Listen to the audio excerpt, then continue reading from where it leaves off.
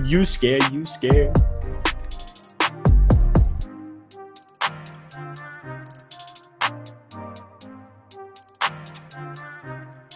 Welcome in. It's the Deeper Dive. The Deeper Dive presented by Yahoo.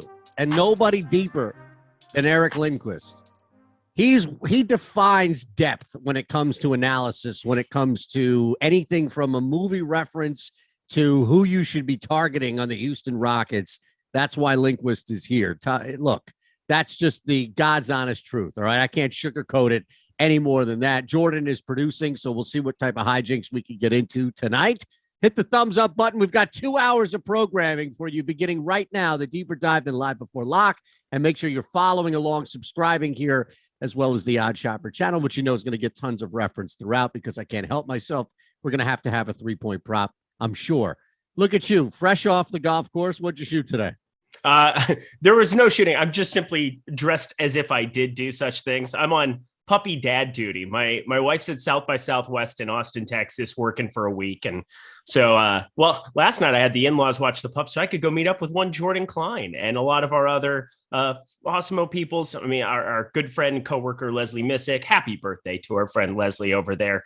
Nice to be able to go kick it with some people. I tell you what, it's like having a baby, but I don't want to compare it because you actually have a baby, but like legitimately every decision I make throughout every single day when I'm here by myself is how do I take care of this living, breathing thing?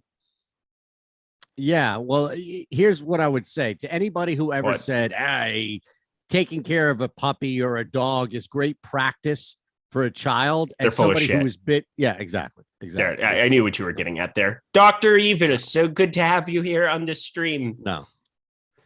Very well, where do I begin? Are you ready or do you want to just keep going on that? I don't know. We're having fun, aren't we? I guess. Yeah. There's Eric, just easing the tension, baby. Just easing the tension. Go ease it on someone else. Is there tension? No, I don't know. I'm just enjoying it. Oh, okay. I didn't know that there was tension. No, there's not. living our best lives, my friend. Living her best lives. Oh my goodness! I thought you were golfing today, and you were just picking up dog shit. That's all. Legitimately, you got it 100% correct. My life is sad. Let's get started. Oh my goodness. All right. Well, look, we do have a lot of things to handle here. 5 games? Pardon me. I tried to add one. We do have 5 games here overall. How are you feeling? Like, are you feeling okay? Did you hit a couple of big contests we should know about? Is there something we should know coming into tonight? Like how you're rolling, how you're feeling? Oh, I mean, come on now. The burying the lead Friday. Trey Murphy, the third night. That was fun. Hopefully there were some people who were able to benefit from that. I was able to smash on Yahoo. Did okay on FanDuel. Did really well on DK, but just came a couple of spots away. You kind of had to put together some other pieces as well over there, but he was flat 3K. He was the flat min across the industry. Actually, no, he was closer to 4K on FanDuel, but I thought made a good contrarian play.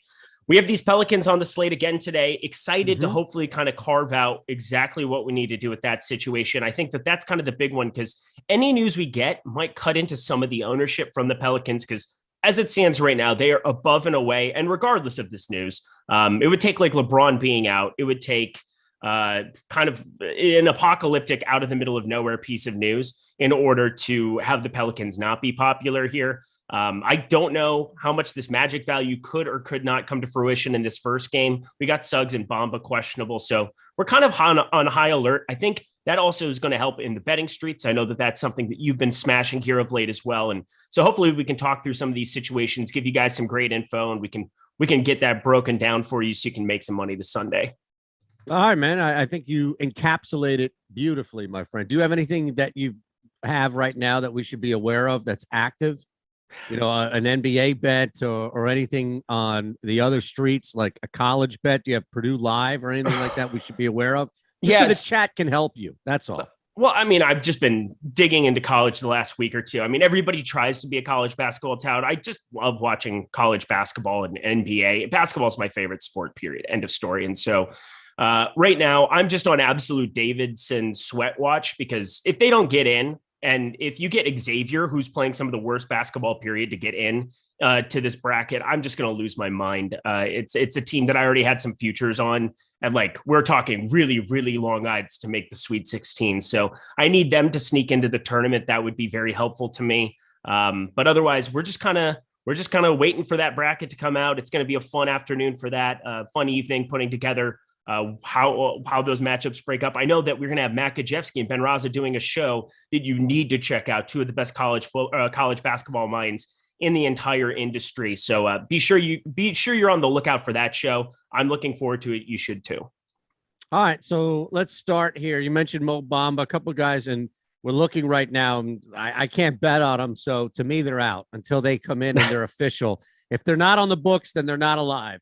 But the Sixers are pretty healthy favorites, as you can imagine, especially after just getting their ass handed to them against the Brooklyn Nets.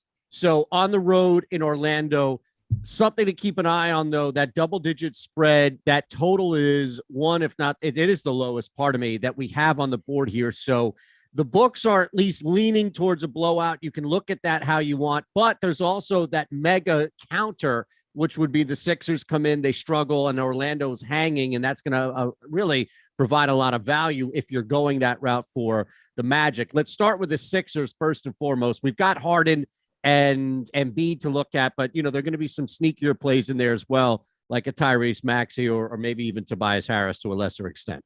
Yeah, it's an interesting spot. I've been talking a lot about Tobias Harris. It's not going to be this slate for me. Well, because I think that he has to be benefiting more than what he's been. He's failed in 6 games alongside Harden to eclipse a 22.2% usage rate. It's so weird. Joel Embiid is dominating the usage when him and Harden are on the floor together. He's averaging north of 2.2 DraftKings points per minute with them sharing the floor together. I mean, it is just exclusively the pick and roll. Eventually, those are going to turn into kickouts more so than just for Tyrese Maxey, but Tobias Harris at some point is going to have a big game. I just don't think at 6,900, that price needs to adjust in such a major way before we can get there. On FanDuel, 5,900 is where it's uncomfortable how much I might get to him, because I do believe that you're going to get one of these big games from him sooner rather than later, and the price will buoy back up over on FanDuel. But on DraftKings, it's probably the most overpriced play you're looking at nearly on the entire slate for anybody over 6K. Wow, that is, look, you're going to be that one person in the room, and you're going to be able to tell everybody, I told you so. But until that happens, you're going to be made fun of. You realize that, right? Like, that's why I'm not recommending him. I mean, it's I thought you were. Oh, on FanDuel, he's 5,900, and at some point he's going to have one of those big games where you just kind of want to be invested. And I don't really see a way around it.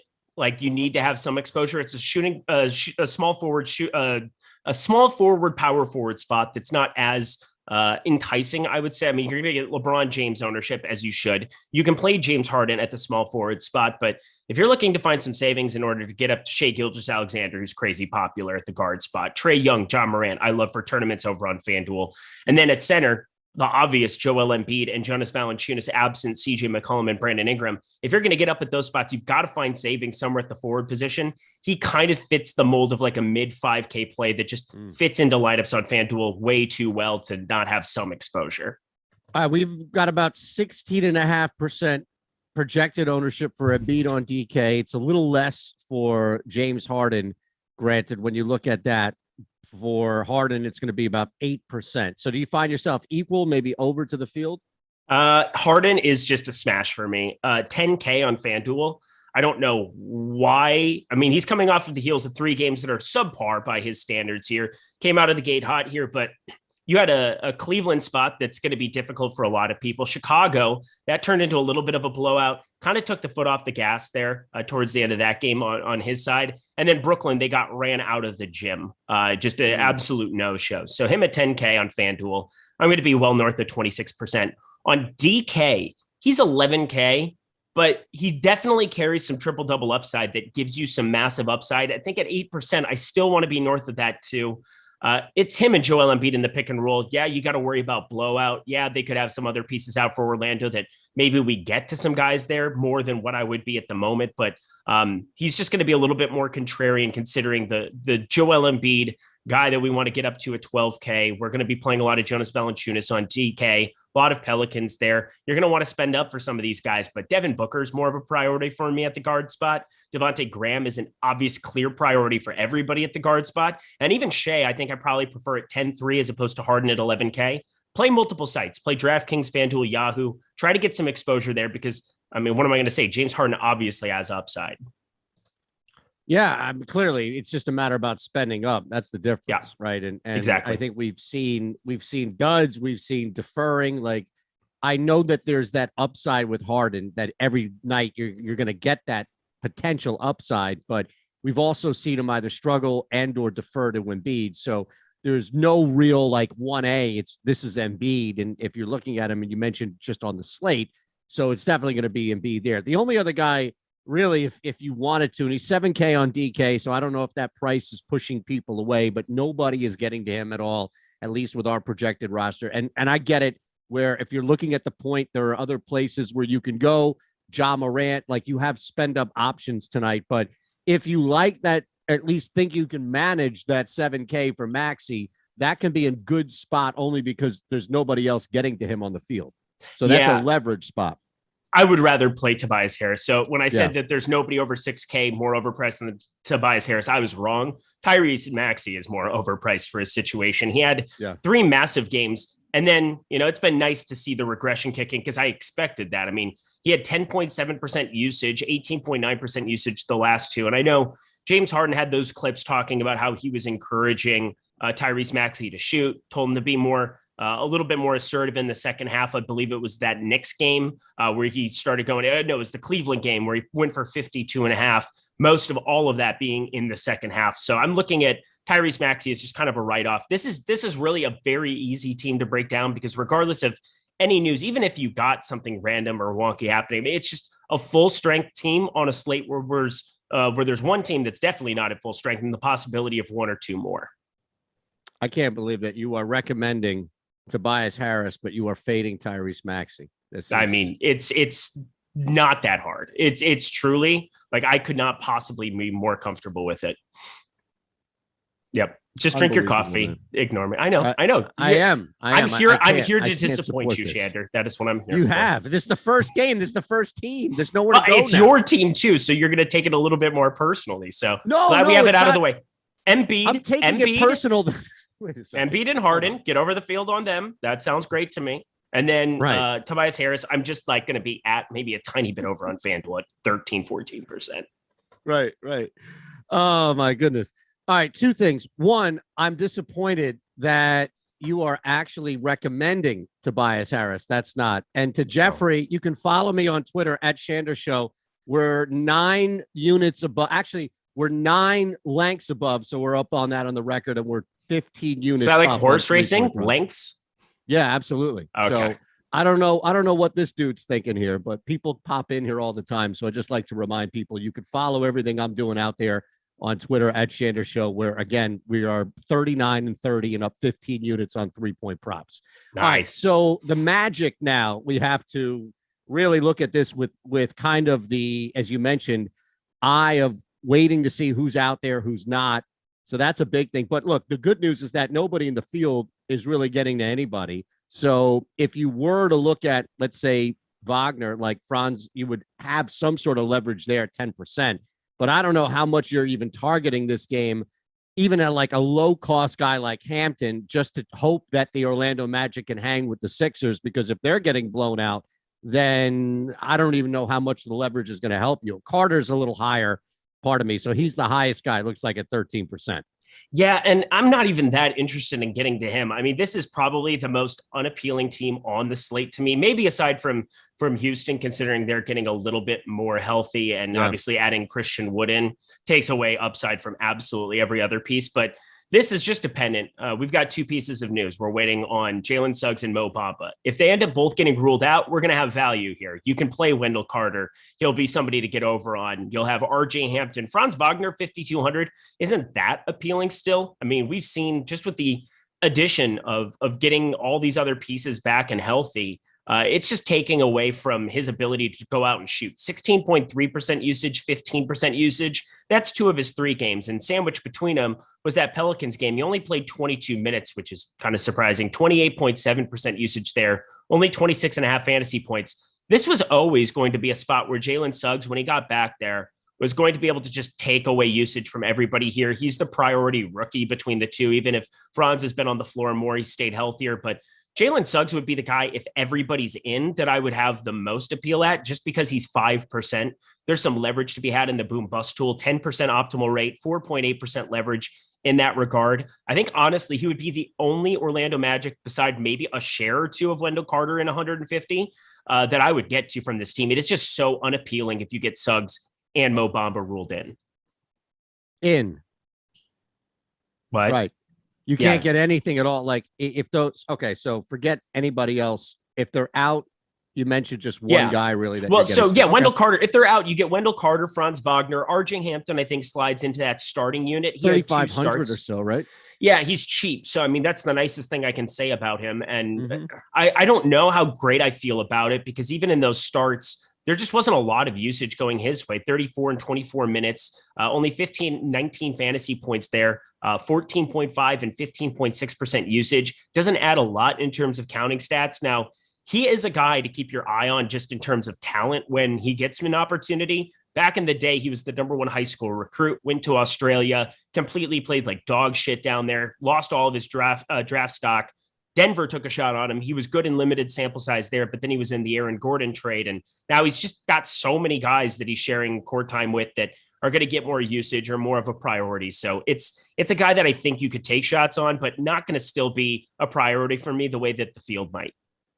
All right. Makes sense. Look, we don't need to push this by any means. Let's go to Memphis, another heavy favorite on the road. So a little bit of a bump on the total, but still nothing tremendous. You'd like this to be in the 30s or so to think that the Thunder have a chance to kind of keep this thing close, or at least putting up a lot of points here. So let's start with Memphis. And again, we talked about the point spot earlier, but now with that pay-up spot, it is Ja Morant. The field is about 10% or so projected on DK. You're not going to get a price break significantly when you bounce around, but when you just look at the field, I mean, 45 on Yahoo and you're getting 23% of the field. So maybe if it is a matter of spending up on DK, there's a little more leverage there, less leverage you're going to get against the field on Yahoo. But that's just assuming you like to get to Morant in the first place and you're not taking maybe a cheaper option like Jackson Jr. or somebody along those lines.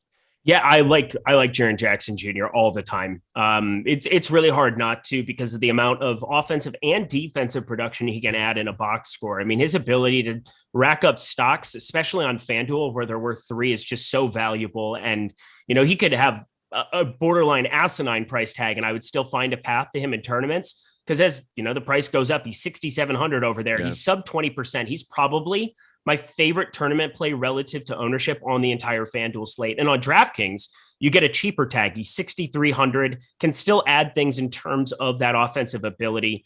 24 and 27 minutes, ran into foul trouble, which is always his bugaboo in the last 2 games. But Steven Adams has maybe cut out a little bit of that rebound rate for him, makes it a little bit more difficult to really achieve that super ceiling. But 45-50 is well within the range of outcomes, especially on FanDuel, just because of what he's capable of doing there. We got some clarity too, just to kind of round out the loop on. Is that official? On Orlando? No, Jalen Suggs and Mo Bamba are in. So we just officially got them ruled in. They're in the starting lineup. So there's like legitimately nothing outside of some shares of our good friend, Jalen Suggs. He's not my good friend, but I'm going to get some shares of him on DK. And that is about it. To Ja Morant, I don't know what you can say. I mean, he ends up being low owned on every single slate because of the price getting a little bit out of control. He's all up to 10-4. It's down a little bit from the 10-8 number it was. This is a 5-game slate. And anytime you can get to a guy around 10%, same thing with Harden, where it's like you're able to get to 2 guys at low ownership that could lead the slate in raw points. That has to be appealing. That has to be something you take note of. So I'm going to get more and more exposure as I add more lineups to Ja Morant. If I'm making 1 or 2, it's hard for me to say that I want to prioritize him over Shea just because of how much I project Shea to just smash here in this spot on the other side of this game. Seems like he's playing big minutes even in these blowout scenarios. He'll play, down 15 or 20. He'll get that first rotation in the fourth quarter still. And if it stays closer than the 13-point spread, he's an absolute smash. So Ja Morant, very, very intriguing for tournaments, but most of the time, still going to probably prioritize Shea.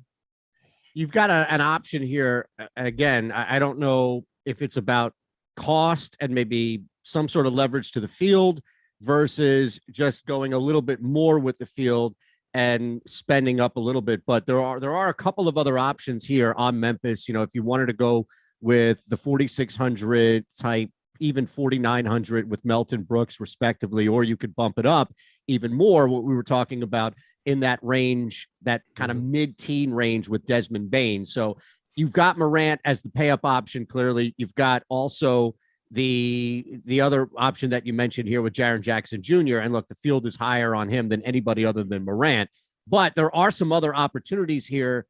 Even if you were looking at a 6K Steven Adams, right, to kind of pivot away from a higher cost guy at the center spot, and be 24, 28 minutes, you don't think he's going to play a lot because they kick the shit out of the Magic. What you're looking at, this Valanciunas you mentioned too. So you may be able to even pivot away from that center spot 6K with Adams.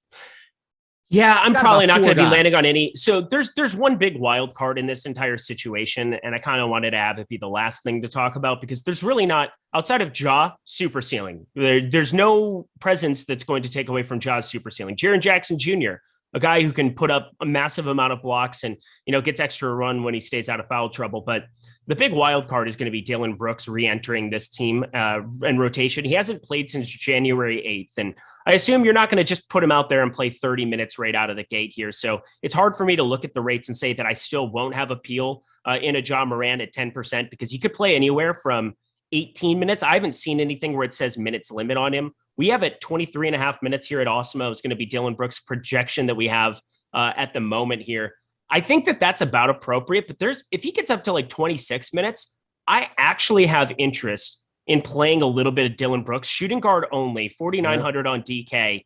I know this play doesn't work out a majority of the time. There's already a little bit of ownership there too, which kind of freaks me out, but he's the most leveraged player in the boom bust tool. He's got a 13.4% optimal rate. Him and Jaren Jackson Jr. just feel like guys I want to get over the field to because there's just massive upside waiting in the wings. And I know I'm going to have a lot of Shea. I think the field's going to have a lot of Shea today, and rightfully so. And so it's kind of fitting in nice to lineups. I think that this is just kind of like a sneaky tournament spot where if you're trying to get a little bit different, if Dillon Brooks out projects those minutes, if he actually gets more run than we think, because they took their time. I mean, they're a team that in a West that isn't, I mean, it's super top heavy, but you know, that middle range of the West, you can sneak your way out of there if you get hot.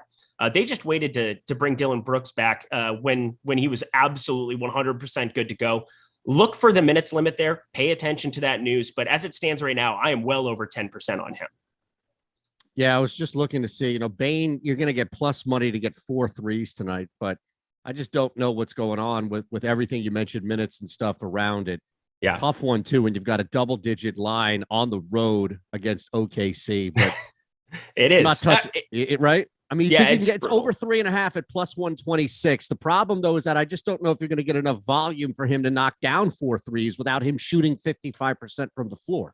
Yep, that is 100% correct. It's anytime you talk about making 3 threes, you got to think about it in terms of like, yeah, if you're getting plus money, yeah, I mean, you just got to be getting a lot of volume, or you just need to be able to figure out the spots. This is just not a spot where I think betting any of the 3-point props, unless it's really sticking out on Odd Shopper on like a 1.5 or a 0.5 line. I mean, as you said, there's a lot of blowout risk, and you're not forced to make any bets that you don't want to make here. I think this is a great DFS spot to take some shots over the field on guys, but in terms of bets, there's not a whole lot that I want out of this game.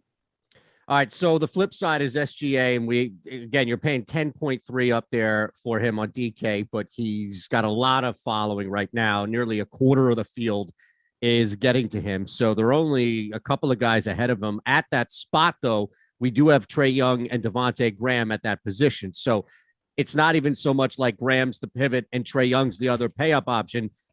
SGA's right there. It's just a matter of how much you think this game will be close, and really if he is the main vehicle for it. Now, he's got a great shot at doing it. So if you were building a bunch, I would think you would be getting to him, at least, again, in like a 150 scenario. I would imagine you'd be getting to him somewhere towards that level of the field. Oh, yeah, I'm way north on Shea. Way north, okay. Yeah, this guy is redonkulous in the absence of Josh Giddey on the season. 832 minutes, 35.4% usage rate that we're looking at for him. That's a ridiculous number to be getting. His assist rate, 35.1% absent Josh Giddey in that same sample size. We know that he can still add things in terms of the rebound rate, 8.1%, which is better than a lot of point guards you're going to find. Not Luka Doncic like or anything like that, but still can put up the triple-double type of upside here. He's just kind of asserted himself as the lone dude there. They got completely blown out of the water by Minnesota. That's going to happen time to time. And it could happen here against Memphis, but his just median outcomes here, 50.6. I'm north of that. The projection we have on him right now. And that's in just 34 minutes for his projection. If you project him for 36, 37 minutes in a close game here, that projection jumps north of 55 fantasy points for me on DK. That is just so good. Yeah, he's 24.8% owned, but that's about appropriate. And I find him to be one of the easier guys that I just prioritize, and I know exactly what I'm getting out of it. Trae Young, we're waiting on John Collins news, and that'll kind of dictate what I want to do there against the Pacers. Luckily, all these games lock at 7 p.m. Eastern time, so it shouldn't be too hard to kind of make decisions based on whatever news rolls in there. But as it stands right now, Shea would be my highest owned guard on this slate. Yeah, I love it. Oh, sorry, the highest owned spend up guard, Devontae Graham. Spend up. Yeah, right. Yeah, there we go. No, I'm glad you clarified that too, because when we get to the Pelicans game, somebody's going to hold you to that. Now, Lindquist, you said at 4:26 Eastern, so I just want to make sure that we clarify that so that there's no red tape or anything that you have to cut through. Eric Lindquist is not personally responsible for any losses. If you and like the really fast talking portion at the end of like ads and stuff to say, oh yeah, we're not going to incur anything there, man. They offer may up, apply. Right? What? They don't have somebody who actually talks that fast. You know that, right? But I was doing the bit, Eytan. It's a bit. Oh, I thought the bit was over and I was moving it forward. I wasn't trying to even talk about the bit. Yeah, that's a good idea. Let's do that. I thought the bit was over and then we were moving forward. The bit landed. Not really. You called me out and said it was dumb. I didn't say it was That's dumb. not what they do. It's okay. Unbelievable. The Micro Machines guy, that's what you should have referenced, right? All right, so it's fine, beyond. No, you shouldn't be. It's all right, here. Let's rewind. I don't even know how we opened that up. Do you? Nope. No idea. All right. Okay. See that. Oh yeah. We'll talk about the rest of Oklahoma City here. Okay. No, there wasn't anybody else. You said SGA or nothing or nada. That's it. Yeah, it's so hard to get to Isaiah Roby or Darius Baisley when they're already mid-teens owned. Like that's the thing. It's 5,700, 5,200. I mean, if I had to take a shot on anybody here in this front court, I would, just because he's 3% and there's upside. If you're making a bunch of lineups, I'd maybe get to some Pokusevski. He projects out horrendously, but foul trouble can always open that up. And he's a 0.94 fantasy point per minute guy. But like Roby at 5,700 is a lot different than paying 4,400, 4,600 that you've gotten for him in the previous week. So all of that upside is really, really capped here. They have a number of bodies that are starting to get back there. Yeah, they've got Dort, Kendrick Williams, and Ty Jerome that are out for the year now that they ended up, sidelining, and they all had surgeries, I guess. But that's just what happens eventually is that prices go up as a result. And, Baisley is starting to regress a little bit here, but he never was somebody that was going to go out and put 40 plus up routinely with Shea back in the lineup. So I didn't really know what to expect there. It's just really hard when you have Pelicans that just are clear cut and there have to be minutes that go somewhere and they're all underpriced to want to prioritize any of these guys. If they fall into one or two lineups out of 20, sure. But even that just feels like wasting money. So SGA's 39.5 PRA. You smashing that? What was it again? 39.5. Probably not. Why? I don't know. I mean, let me see. I'm asking. I'm curiously looking. Is points plus rebounds plus assists 39.5? Okay, yes. I'm actually good with that. I just wanted to go through it because for me, the rebound rate, just kind of getting that all taken care of here. We've got him at 6.4 rebounds here at Awesemo. That's pretty darn good. Let me just kind of combine these because I don't want to misspeak or something because it seems like that's something that I could do from time to time. 28.5 points. That seems good. We add 7 to that. That's 35.5. That's good. 35.5 plus 6.4. That is north of it. Yes, Eytan. Great find by you. All right, let's do it. All right, Houston getting 7 on the road. Now we're going to talk about the Pelicans at length here. We're going to do this game, tell you everything that's going on, this fantastic new betting Discord opportunity that we have for you. But let's knock this game out, and it's Houston first. Again, we have to really, when we're looking at our own projections, Tate's going to be up there as far as For the Rockets, you do have a little bit of Christian Wood there as well, but these are like, low to mid-teens. So we know Kevin Porter even just about over 8%. So the Pelicans are the big story here. We're going to get to Marshall, Graham, Hayes. We're going to get to the guys right there at the top of our projections, but let's just look at it from Houston's standpoint, especially because so many people are getting to the Pelicans. As I mentioned, those three guys. So I wonder, even Valanciunas. So I wonder if there is a way to gain leverage or at least attack this game from a Houston standpoint, countering the field, if you will. Wow. I love when this happens, because this very rarely happens when you start talking about a game and literally within the millisecond, we got Dennis Schroeder illness listed questionable Sunday, because I was going to talk about how unappealing this game was from this perspective, because this is a full strength. I mean, if you want to call John Wall being out, whatever you want to do there, he's never going to play basketball there again. But this is a full strength team. There were no injuries that we were looking at. And now Schroeder being out opens this up a little bit, because that is a guy that's playing 23, 24 minutes. That's kind of the role on his team with Kevin Porter Jr. and Jalen Green healthy and active here. You might have some interest there. And I didn't really see that here before. Jalen Green kind of being the priority guy for me here. I'm just a big believer that as the season goes on, think about any job. Think about any job in your life. And this is more to do with just like having the ability to have upside. He's not going to project out that well, but right. Any job that you get, you progress, you get better on it, especially in the early stages of working your job. Imagine being an NBA player, like a mid-level NBA player who's never been on a floor with like true consummate professionals that do this day in, day out for years. And you're Jalen Green. You went to Australia or not Australia. You played in the G League for however long. And, they were pretty good, but you were still elite amongst grown men doing the thing. And then you get out here and it's another level. You're on a bad basketball team. There's just a lot of things that are working against you. I've just been a big believer he was going to have a big second half here of this season, because I still believe in the talent and the ability that he has. And we're starting to see some of that upside here. 5,800 for him. It's not going to project out that well whatsoever, but the upside that you're starting to see, you're seeing lots of 40, 43-point games in tough spots. I mean, at Miami, he started that game out outrageous, 4 for 4 from 3, and then just fell off a cliff. So even in the middle of some really nice run of games, that Miami one, I'm willing to write off.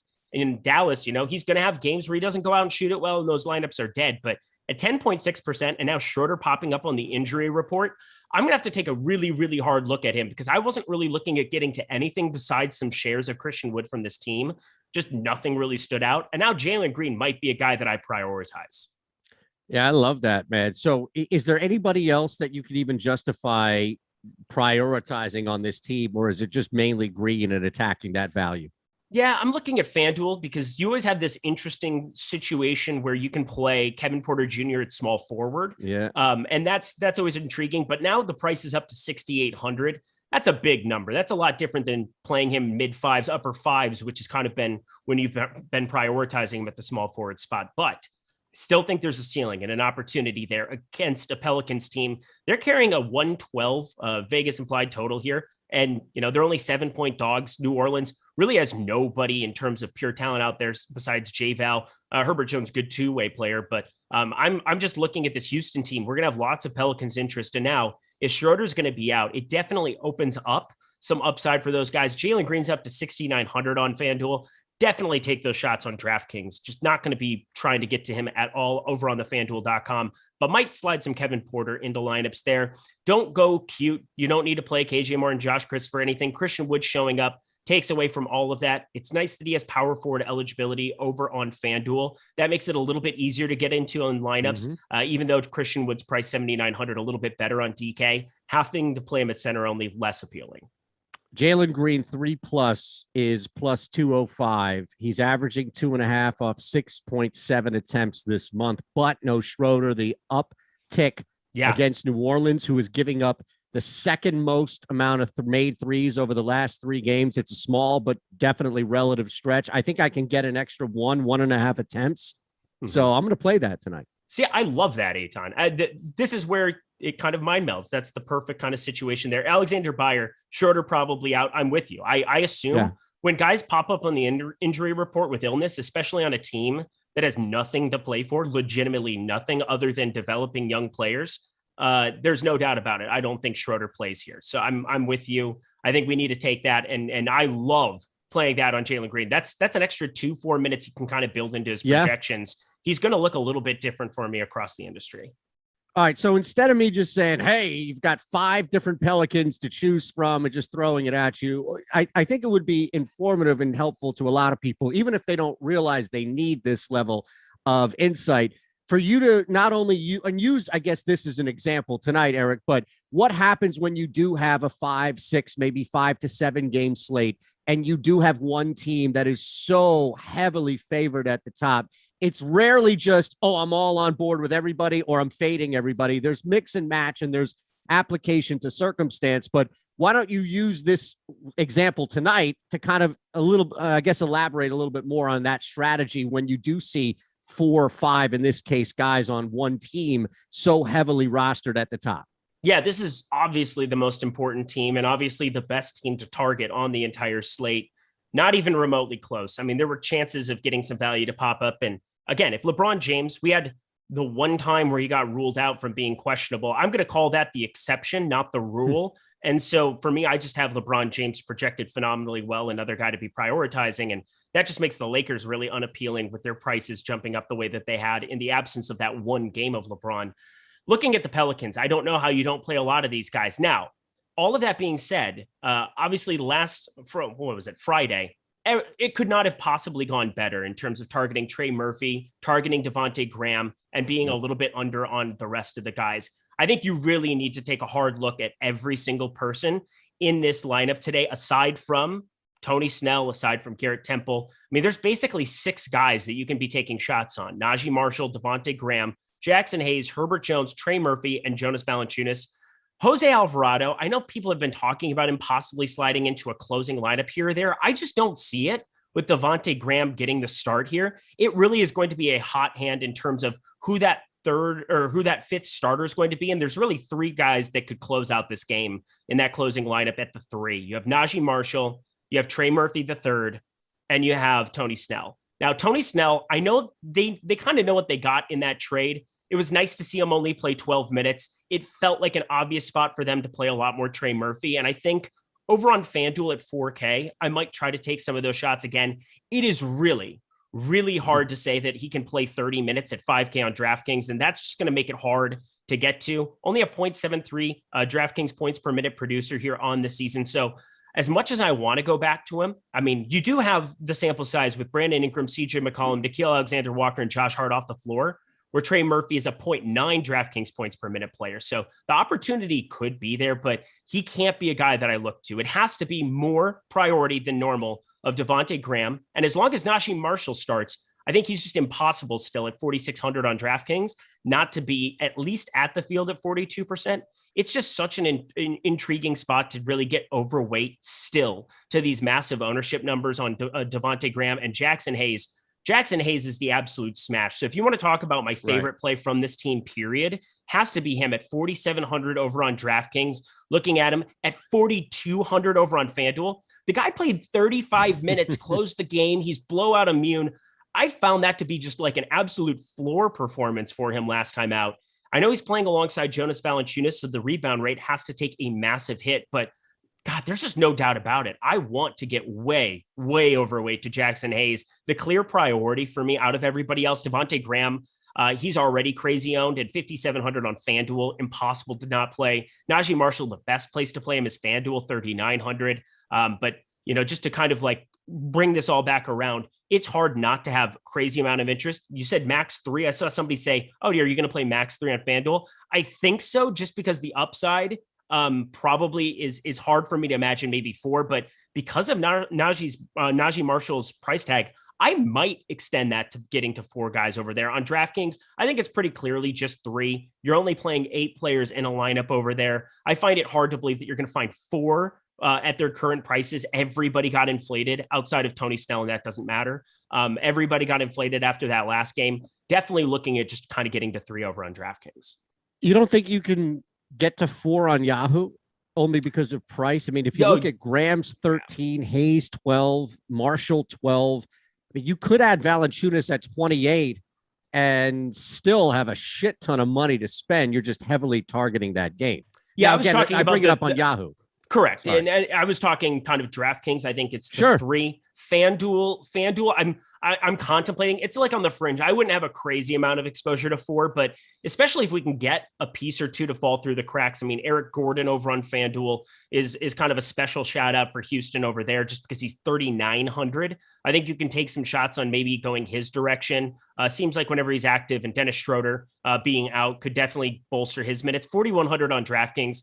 A little less appealing just because the floor is 3K there. And I think much more inclined to go Pelly's there. But on FanDuel, 3,900, if we can get to some of him, Kevin Porter at the small forward spot, maybe I'm not going to really take the Jayshawn Tate shot. Christian Wood is somebody at 8,300 with power forward eligibility. You can get 2 more there. I'm thinking that I could maybe get to 4 Pelicans just to kind of try to encapsulate that entire game environment.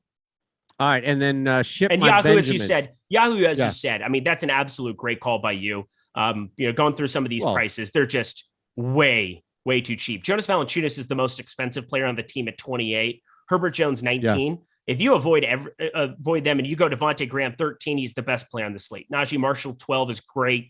Jackson Hayes, $12, the best play at the power forward spot. I mean, you could play 3 or 4 of these guys together, no problem. Just trying to help, man. I'm not just a pretty face with 3-point props, Eric Lindquist. All right. You're very useful, I would say. Yeah. There has to be something else that you can go to outside of that. Like, I've had me a freaking bone here, Eytan Shander. And shaved face for 15 shows with you, at least. Cute waist, face shave, and a big. No, okay, we're not going to sing that one either. All right.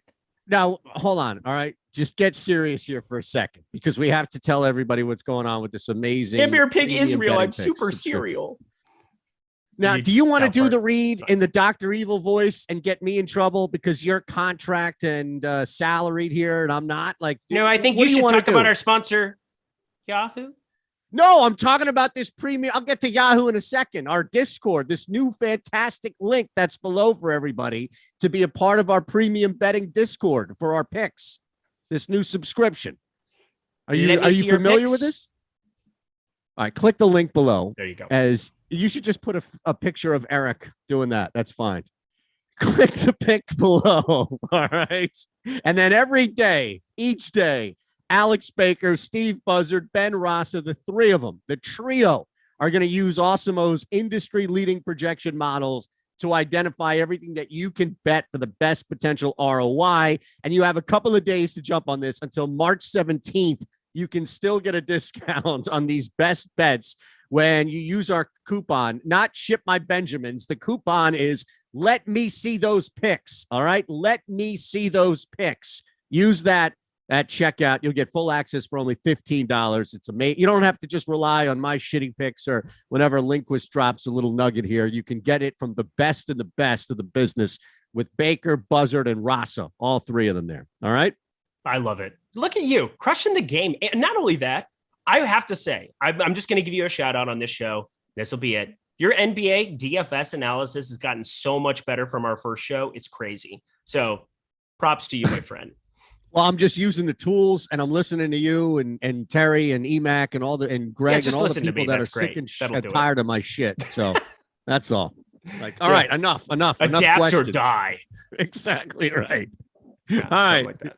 I have to go back now. Are you good? Do you need any more? No, that was all I needed. Do you have to get any Seth Green out too, or are you just going to do, you fine? Yeah. Oh. Get away from me, you lazy-eyed psycho.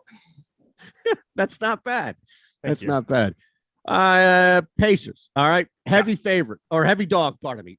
Yeah. Hawks are the heavy favorite. Now, this is workable here because we have a total of 236. So this is a gigantic number. And while you may have a large line here and the Pacers may get blown out, they're still going to score some points, at least according to the book here. So let's look at the Pacers first and foremost. Got a little lucky last night because of so much volume with Buddy Hield getting to 3. So I'm not going to tempt fate with the Pacers, but looking at least where we can attack some value here for Indiana, knowing, of course, that big line is the one guy who actually jumps out the most. And I imagine it's from a cost and workability on 2 different positions, but you're getting a lot of love for Chris Duarte tonight. It's so hard though. I mean, he played 34 minutes right out of the gate after he didn't play for 4 days, missed one game in the middle of that stretch and came back. That was a lot more minutes than what I was projecting for him there in that spot. Got lucky that it was a slate where you didn't really need him at 4,900. He's 4,800 with the opportunity to possibly just play 35 minutes again. But the problem is that you have so many other guys that can eat up some of those minutes. I mean, it's a Lance Stevenson issue. It's looking at O'Shea Brissett that can kind of play the position there. Dwayne Washington Jr. is starting to be involved a little bit more, 18, 21 minutes here the last two. It's just a really unappealing team, I think. It's a hard team to land on. I think they're going a little bit over-owned. On FanDuel, I think they can fit into lineups a little bit easier. Buddy Hield is 7,100, which sounds stupid and made up. But that's what happens when a guy's playing, routinely 38, 40 minutes a night in close games. So Buddy Hield will fit into some lineups over there a little bit easier. But even my boy Tyrese Halliburton, I know with no Malcolm Brogdon out there, he might be a guy that I get to a little bit more of. But 8,900 on FanDuel is a gigantic tag. 9K on DraftKings is a gigantic tag. It's hard for me to really find anything on this team that I want to take a shot on. But I will say, there is one guy that possibly, and it kind of depends for me. It's going to be a popularity thing.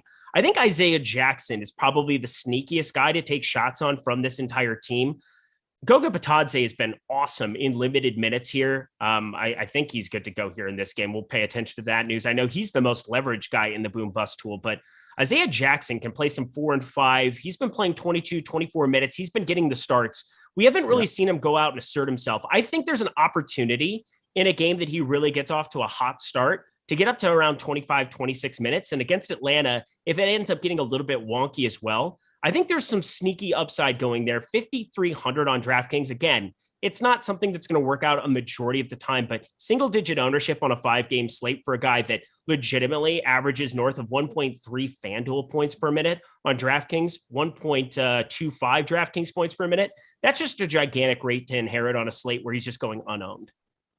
All right. So again, I don't want to go any deep. I don't think we can. Again, that's what I mentioned here when it comes to depth at the start. You thought I was just bullshitting you 47 minutes ago we started the show. I would never. Let's flip to the Hawks here, because again, if you like what the books are telling you, which is a double-digit spread and a super high total, it's not going to be Trae Young alone dropping 50 points tonight. There are going to be a lot of people out there that are going to be putting in some serious work. With that said, though, Young is a very high selection when it comes to popularity across the board.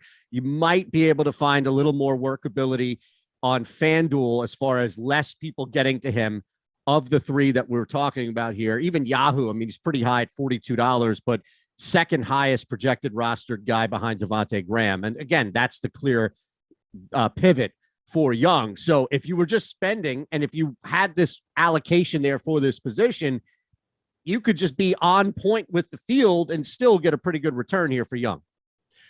Yeah, Trae Young's great. He looks phenomenal. 9,900 on FanDuel is so good. 10-1 over on DraftKings. We're still waiting on this John Collins news to what I understand. I always get nervous when I'm doing the analysis portion because, when I'm doing live before lock, I'm always scrolling for the news constantly. If it pops up, obviously I'll comment on it here, but I assume John Collins is going to play. And that makes John Collins, I think, my favorite tournament play from this entire team.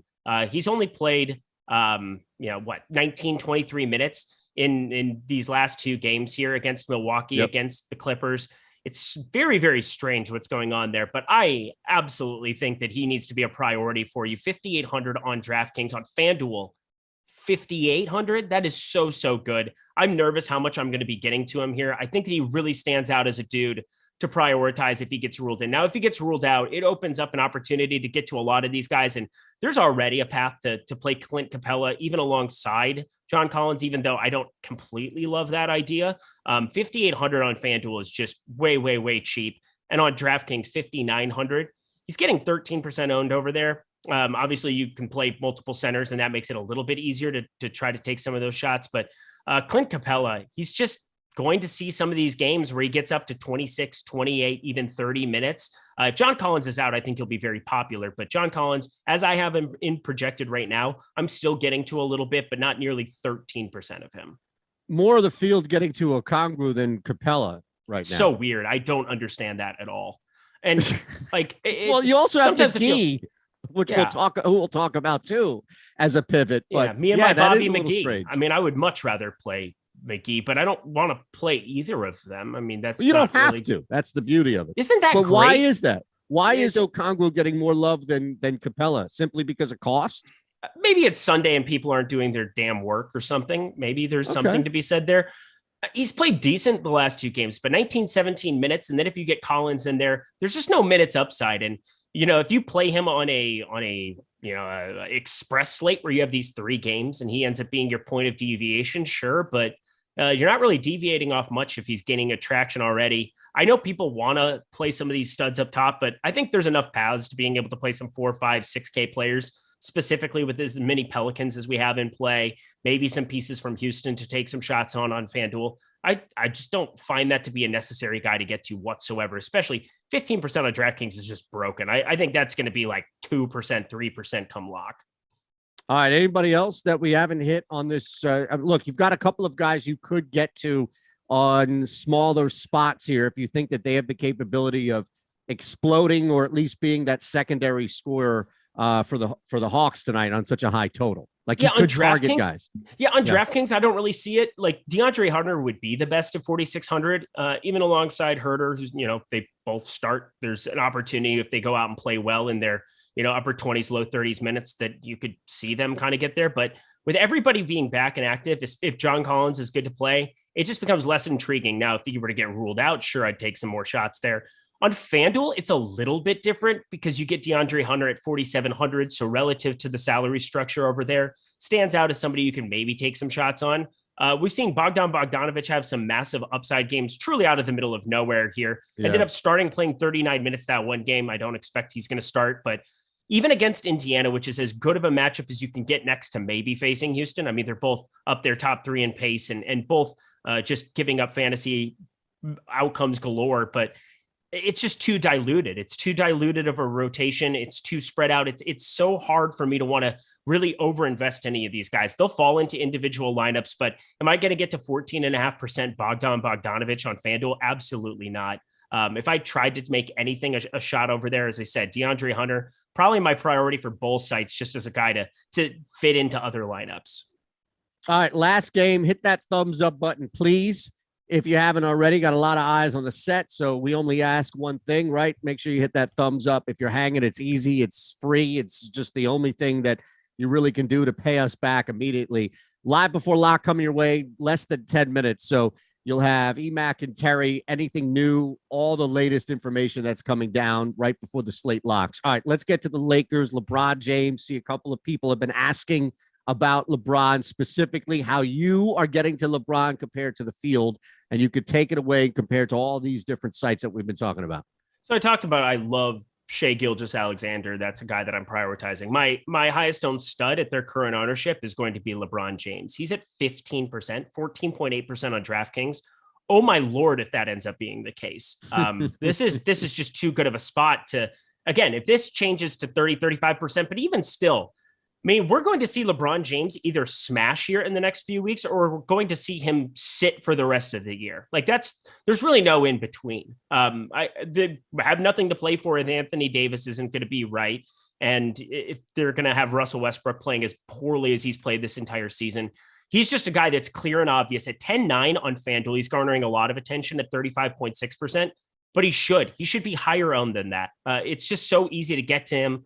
Put up over 67 fantasy points the last 3 games. Yes, it's a very tough Phoenix spot, but these are the kind of games the Lakers are going to have to sneak out 1 or 2 of these coming down the stretch, because I believe in the second half of the season, they had the hardest strength of schedule compared to record left in the NBA. So this was always going to be tough sledding for LeBron James coming down the stretch here, but he does everything for this basketball team across the board. I mean, he is just sublime and, playing more like the LeBron we expected. I think that's just kind of something you want to continue riding. And at 14.6% on DK, just hard not to get to an absolute ton of him. Now, you have to be on high alert and at least have some pivots and swaps in mind, because I love Devin Booker on the other side of this game. And you got to figure out some ways that if LeBron's going to get ruled out, that you at least have that emergency plan, considering you have a whole hour after the Philadelphia and Orlando game locks and you've got 2 hours before this game. Just kind of mess around with some lineups, really figure out how you'd get off of LeBron. But I'd say 95% of the time he plays here in this spot, because that's kind of been the track record. We just had that one time he sat out. At least have it in your mind what you would do to get off of some LeBron James, but he just fits into lineups so easily. Small forward over on FanDuel, really nice to have eligibility for him there. He's power forward center, and center isn't nearly the smash that it has been on a lot of these slates. Obviously, Joel Embiid's a huge piece, but I think LeBron James, for me, just going to be a priority, being able to play him at some power forward spots. Is there anybody else? And again, we'll assume with LeBron in, is there anybody else that's even worth taking a risk on? I feel like the guy's either going to have too high of a tag next to him, or there's just going to be way too much of a risk to get any type of reward on a low-cost pivot on this team outside of LeBron. Do I have to talk about Russell Westbrook? I'm going to play a lot. No. And that's what I was saying is like, that's my example of a guy whose tag is just too much. No, I'm going to play him. I think he's too cheap. It's a 5-game slate. And again, you're playing a little bit with fire here, but a little, he's got an optimal rate of 21.7% over on FanDuel. He's got 6.6% of leverage. And you'd think over on DraftKings, 8,100, my God, I can't go there. 12.3% optimal rate showing up there. He's sub 6%. Like, we're talking about Russell Westbrook. As bad as he's been, obviously Houston was a get right spot. He played overtime there too. Didn't really do a whole heck of a lot in overtime. Kind of already paid it off, but this tag's starting to come down. He was 8,500 in that Houston spot. We are buying in at a season low $8,100 tag on DraftKings. This is the lowest tag we've had on him the entire season. On FanDuel, 7,600, it started to buoy back up from the 6,800, which was just asinine. He's still a 1.1 FanDuel point per minute player here on the season, as bad as he's been. He's coming around 15%, and I think you have to be north of it. I think it's just something that eventually in one of these spots, in a primetime spot, he's going to have one of these massive upside games, and you don't need it to work out more than what I said, 21% optimal rate. So 1/5 of the time, but he's going completely under-owned relative to what that ceiling is. And at a season low tag of 8,100, I know it's uncomfortable, but I think it's so easy to be over that 6%, take some shots and deviate if you're playing a bunch of lineups. Now, would I be brave enough to play him if I played one lineup or even in a 3-max type situation today? Probably not. But in 150, even in like a 20 max, find your paths to 2 or 3 shares of him, be over the field and take your shots there, because I guarantee you in the near future, it's going to pay off more than it won't. All right. There's 4 guys and you have 2 minutes. So I am definitely confident you can do this. You mentioned how much you love Devin Booker. We also still have the campaign opportunity here at 7,400. And then there's Eytan and really McGee here. I have a Bridges prop I'll leave you with, but just with Eytan and his tag, and then also that cheap option you have with McGee. Yeah, so Cameron Payne is an absolute smash. Looking at the center spots, those specifically, DeAndre Ayton on FanDuel 7K is just beautiful. He's only 12.3% owned over there right now. Get north of it if that's going to be the number against a Lakers interior that may or may not. I don't know if Dwight Howard gets a start here because of Ayton.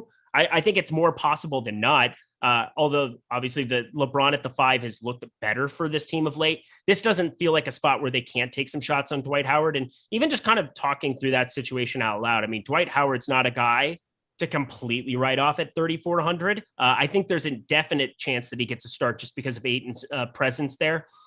Maybe he plays 18, 20 minutes, and we've seen Dwight Howard smash in less. So I will at least throw him out as a crazy way off the wall dart. If somebody wants my Trey Murphy the third, I'm not going to call Dwight Howard nearly as a play that I'm as confident in as that. But if you get that Dwight Howard starting spot, maybe going his direction. But 8 and 7,200, if this game gets wonky, you can start talking about JaVale McGee. But at 15% on DK, that's another thing. Him and Okongwu, they just don't make a lot of sense to me. But at least with McGee, you're getting a 1.35 DraftKings points per minute player. He was north of 1.5 in the early going of this last season. 16, 18 minutes. I mean, this is kind of a recency bias thing with both him and Okongwu. This just speaks to how not strong center is once you get away from Embiid or trying to play LeBron at a center spot on DraftKings. Jonas Valanciunas has an inflated price tag, so not getting to him as much as I was expecting coming into this slate, but Eytan specifically on FanDuel smash. DraftKings not really getting there, but McGee, if he falls into a lineup or two out of 150, it takes foul trouble, takes, just a great stint for him in 18 minutes to pay off. So yeah, I'm more inherently inclined to go his direction than Okongwu. All right, two quick things before we get out of here. And again, live before lock coming your way right now. EMac and Terry are in the waiting room, eagerly anticipating hopping on here. First and foremost, Mikal Bridges over 1.5 threes plus 114. He's failed to go over 1.5 just one time this month. He's averaging 1.8. And the only reason why that's below 2 is because he had that 0 for 3. Every other game, that's 5 games. He's over this number. It's plus money. It's the Lakers. So I have to jump on that. Last, and I'll ask you this live if you think this could happen, but we're going to step aside here. This chat is not going anywhere. So everybody out here who's hanging in the chat's going to hang, right? Like everybody does. Nobody leaves. Everybody stays until the next one. If we could get to 500 likes, I'll open the next show, which will be next Sunday. You and I will do the first 15 minutes in Dr. Evil with a fresh head and fresh beer. 500 likes. What do you think? Smash the freaking like button, people. Holy shit. Holy cocks and balls. But it has to be, the only rule is it has to be before From the moment I heard EMac Frau and Terry. say I had a clone. I knew that I'd be safe because I wouldn't be alone. An evil doctor shouldn't talk a lot about his feelings. My hurt and my pain don't make me too appealing. I thought Scott would look up to me. Okay, now I see what's wrong with me. I definitely get that comment before. Oh, rounding out, Cameron Payne, Devin Booker, love them both. 2 of the best plays on the slate. That's all I have.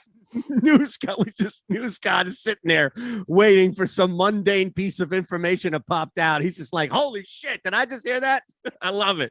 All right, we're out of here. Thanks to the new Scott. Thanks to you all out there. Thanks to Jordan. Thanks to Eric Lindquist, because he just made you some money tonight. All right, we'll see you next week. Don't go anywhere. Live before lock right now.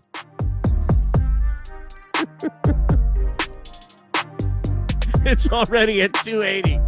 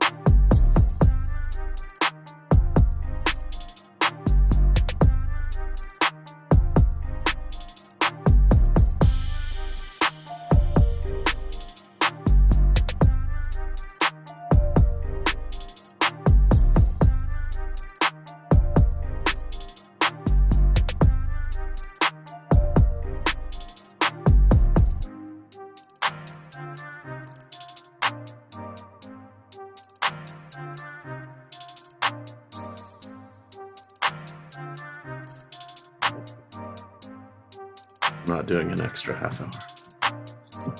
Are you sure? Jordan has places to go.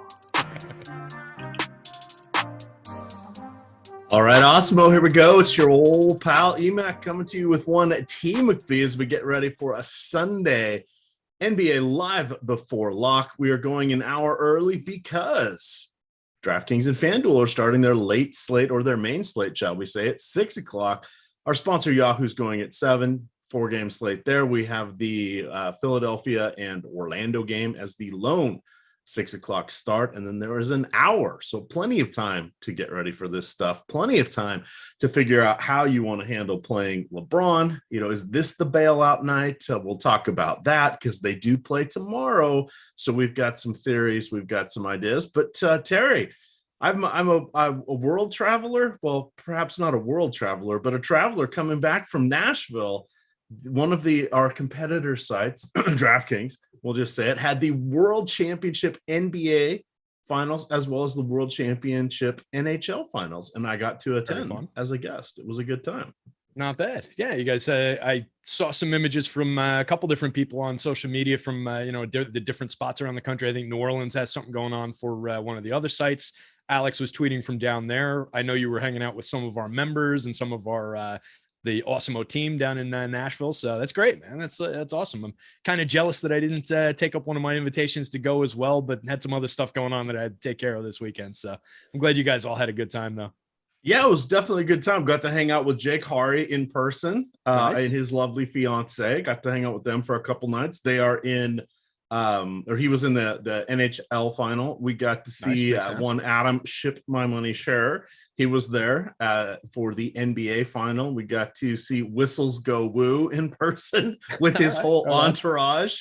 It was quite an exciting night. Got to see Sean's on, who behind the scenes, technically his name is Sean, but I was just insistent on calling him Seanzon because it's so much fun to say, especially when he's in person. Got to meet his lovely significant other as well. Who else was there? The Siege, as people know. I'm friends with him. Warren Kasoy was there, Bills fan 777. For those of you that did not know, we were hosts number 6 and 7 on Roto Grinders. He had just graduated high school. He is now doing DFS full time, by the way, and making a killing at it.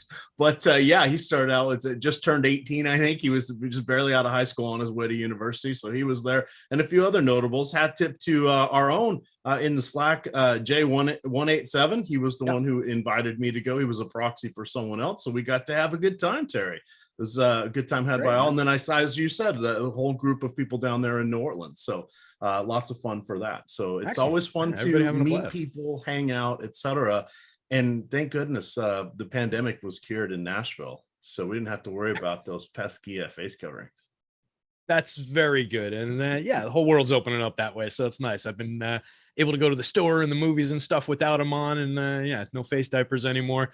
Big a fan as I was of having them when we needed them. I'm a much bigger fan of not having them when we don't need them. So yes, most definitely. Stuff. I was cool with it on the plane though. There's some unsavory characters there, but especially coming back from the bachelorette party capital of the world, Nashville. Oh boy. Let's just say there's a lot of mixing and mingling going on outside the DFS world there in Nashville. I can imagine. So. Yeah. Bachelorette party is always a good time.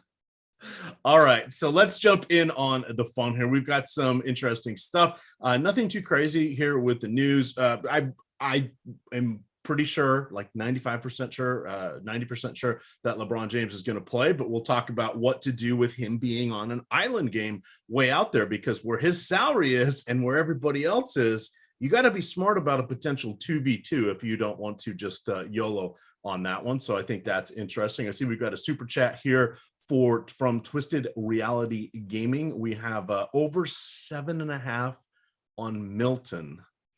Over under. I'm assuming that's Shake Milton points. Let's call up the handy dandy Awesemo projections here. Check it on ye old props tool there. So we have him at 7.3 points. So that would be right in there in the sweet spot. I wouldn't hate the under. Now, the question you have to ask yourself is how long will the Philadelphia starters be in this game. Philadelphia road favorites by 11.5. Now, we've seen tons of upsets down the stretch here. We have a lot of teams that are running into 3 and 4 stretches, 4 and 5. They're running some extended road trips, etc. So the variance is rolling high these days. I would probably be okay with the under, but for me, I think that would be a stay away. There are plenty of other options out there, but if I had to choose one or the other, I think I would take the under in this one. I feel like it's about a 55-45, so not much confidence there. Yeah, that sounds about right. Just looking at his per 36. Per 36, he scores 13.9 real NBA points. We've got him projected for 20 minutes, so shave 16 minutes worth of scoring off of that. That's making it awfully tight. You might be just like right over, but it sounds like it's just a good line for me. So I agree. I think it's just kind of a stay away. It's not one that I really be looking to chase in that, coin flip kind of range. I see. All right. Yes, you did actually win the Fred Van Elite Fan Club the other night. I can confirm, and you did have the Awesemo avatar. If you want to slide into my DMs there on Twitter, or if you're following me, and I'll message you so we can get that scored away. I'll get you a code. Over there, Terry, I'm going to need a couple codes for this afterwards. Yep. There's a few other people I got to catch up on. Everybody out there who's been patiently awaiting your Fred VanVleet awards, know that I DM'd EMac for the list of winners 2 or 3 days ago, and he's just been off gallivanting around the country, hanging out with people, partying it up, and not gotten me that list. So sorry you guys have had to wait on those. We will get that. And it looks like, by the way, DraftKings has now made all contests resizable up to 200. So we will be expanding the 75. We're gonna push it to 100 and see what happens. But the issue we had before is that if it didn't fill, it wouldn't run once you got past 20 or 50 or whatever the cutoff was. So we're going to have some fun with that down the stretch. But yes, all right, reach out to me on Twitter. And for the life of me, I know you've changed your username on YouTube. I can't remember what it was originally, but I know who you are vaguely. So we'll get you all squared away there. And again, we just got a tools update in, by the way. So. Oh, perfect. Thank you for Twisted Reality Gaming setting us up, because we have some new content here, Terry. We sure do. At Awesemo. So we have some content. We're excited to announce the launch of our premium betting picks subscription. Below us here in the YouTube description, you can get the link. You can subscribe, get the betting picks, jump on in the Discord channel here.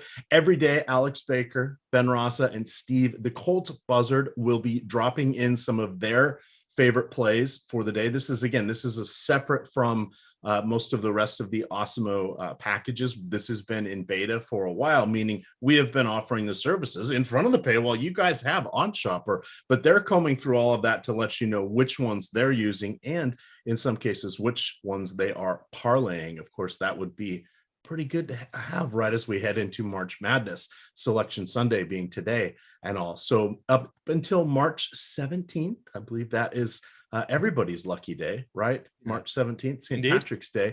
You can get a discount on those best bets when you use the promo code "Let Me See Those Picks."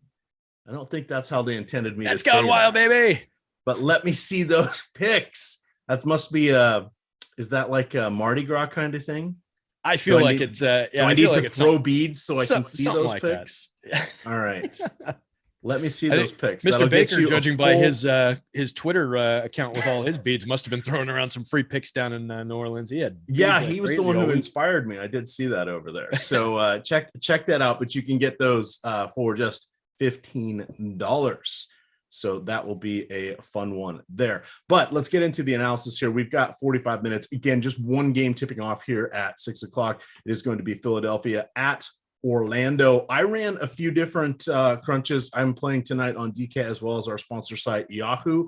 I did not, in a 50 entry crunch, did not get anyone from this first game. From a point per dollar perspective, we've on the DraftKings anyway. We'll let you talk about FanDuel for that one, but nobody's really crossing that 5.2 or so threshold per 5.2 points per thousand, which looks to be the threshold to get people kind of coming into your lineups with a limited amount of randomness, so just you guys wonder what we talk about. That's the range of outcomes. So I have mine set at 20 on a bell curve, and I'm still not getting those. You can make things wild. I have a 80% player cap right now, just because I wanted to see if anybody naturally was coming in. I'm not getting anybody. I'm probably not going to play anybody for this first game because I'm only doing one show a week now, Terry. So I got to dust these skills off. Plus, I was up at the crack of dawn today to fly out from Nashville. So I want to bring everything that I can to this show. So I'm not going to be worried about making lineups for that. The interesting thing here is that means no Embiid for me. No James Harden. I'm not worried about it on a point per dollar. Could either one of them get 50? Absolutely. The other guy was a little sad that may not be landing in my lineups is going to be Wendell Carter Jr. We do know that occasionally he could have some foul trouble issues going against Joel Embiid, who's one of the best at drawing fouls from opposing big men. I'm not really that worried about it. And then one last one, hat tip to Mo Bamba, who really was had anybody really rostered him on Friday with any fervor, he would have been a difference. Still so maker. mad about that. He would have been a difference maker. I always hand build one. Sometimes I throw in a second one, and I did that the other day. And my second one, I went like superstars and scrubs. You needed a cheapo center, and I forget who I settled on, but I was sitting there hovering with my thumb over Mo Bamba, and I was like, it's going to be the wrong decision whichever way I go, and I didn't go with it, and of course it was the wrong decision. Drives me nuts. Indeed. I think I've hit him like twice this year, and they've both been for big nights, but it was, he's a frustrating one. He's one of those guys that's just difficult to get right. Yep. So how are you feeling about these guys from the first game? Again, I don't think they're bad plays. They're just not as good as the New Orleans plays, not as good as the Phoenix plays, etc. Do I want to shut them out of my player pool? No, I don't. This is just a conscious decision on my point. If I were not on the clock up until this, I would definitely make sure I got 5 to 10% of Embiid, Harden, and Wendell Carter Jr. But at this time, I'm going to be skipping them more from just a functionality perspective. How do you feel about them on the blue side? Are they popping for you? Yeah, so I mean, Embiid, it's a very, very different story from site to site around Joel Embiid. Right now on DK, you can get away with that fade that you're talking about because you've got a quality Jonas Valanciunas occupying a decent amount of optimal lineup rate, a good boom score probability from like $4,000 less in terms of salary than what Embiid costs. So there's a big, big gap there. That gap's not nearly as prominent with a $10,700 Joel Embiid on FanDuel. So he's coming up like crazy, 35.6% optimal over there, pressing a 45% boom score probability, 56-point median projection. He's got a 57-point median projection on DK. He's a spectacular raw play in a vacuum over there. It's just that the salary's got him pressed down to a 16% optimal rate. That's still a good optimal rate for the slate. There's still a good probability that Joel Embiid comes out. He's your best overall raw scorer at the center position, but there's enough room that you can kind of make up that difference in the aggregate with 4,000 to spread across different positions if you just roster Jonas Valanciunas in that spot.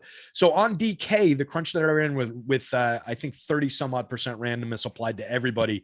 That's not how I normally do things, but for the DK crunch, I just threw it in there like that. He only came up 13% of the time versus Valanciunas, who comes up 38% of the time. So that's across 800 some odd lineups. There's a lot of lineups in there. So it leans toward Valanciunas, but I would definitely, like you said, if you weren't just consciously making the decision to avoid that spot, I would definitely want to have my 15% Joel Embiid. I think you could push that up to 20% and be fine. Still get your Jonas Valanciunas shares. If it's possible salary-wise, depending on what the sacrifice might be in other ones, and I can try and click around and see if we got to it anywhere, there might be a call for lineups that include both of them. I'm not sure exactly how that construction would look. I'll see if I can find one. But I definitely want to be in the Joel Embiid business still on DK. But on FanDuel at that lower price, in a crunch with randomness across what's now 500-ish lineups, he's in like 91% of them with no caps. He's coming up like crazy over there. It's just an opportunity cost factor. You can't reconstruct him from the remaining salary if you go to Valanciunas instead of him. You can do that on DK. So very, very different place site to site. I want to have some Joel Embiid.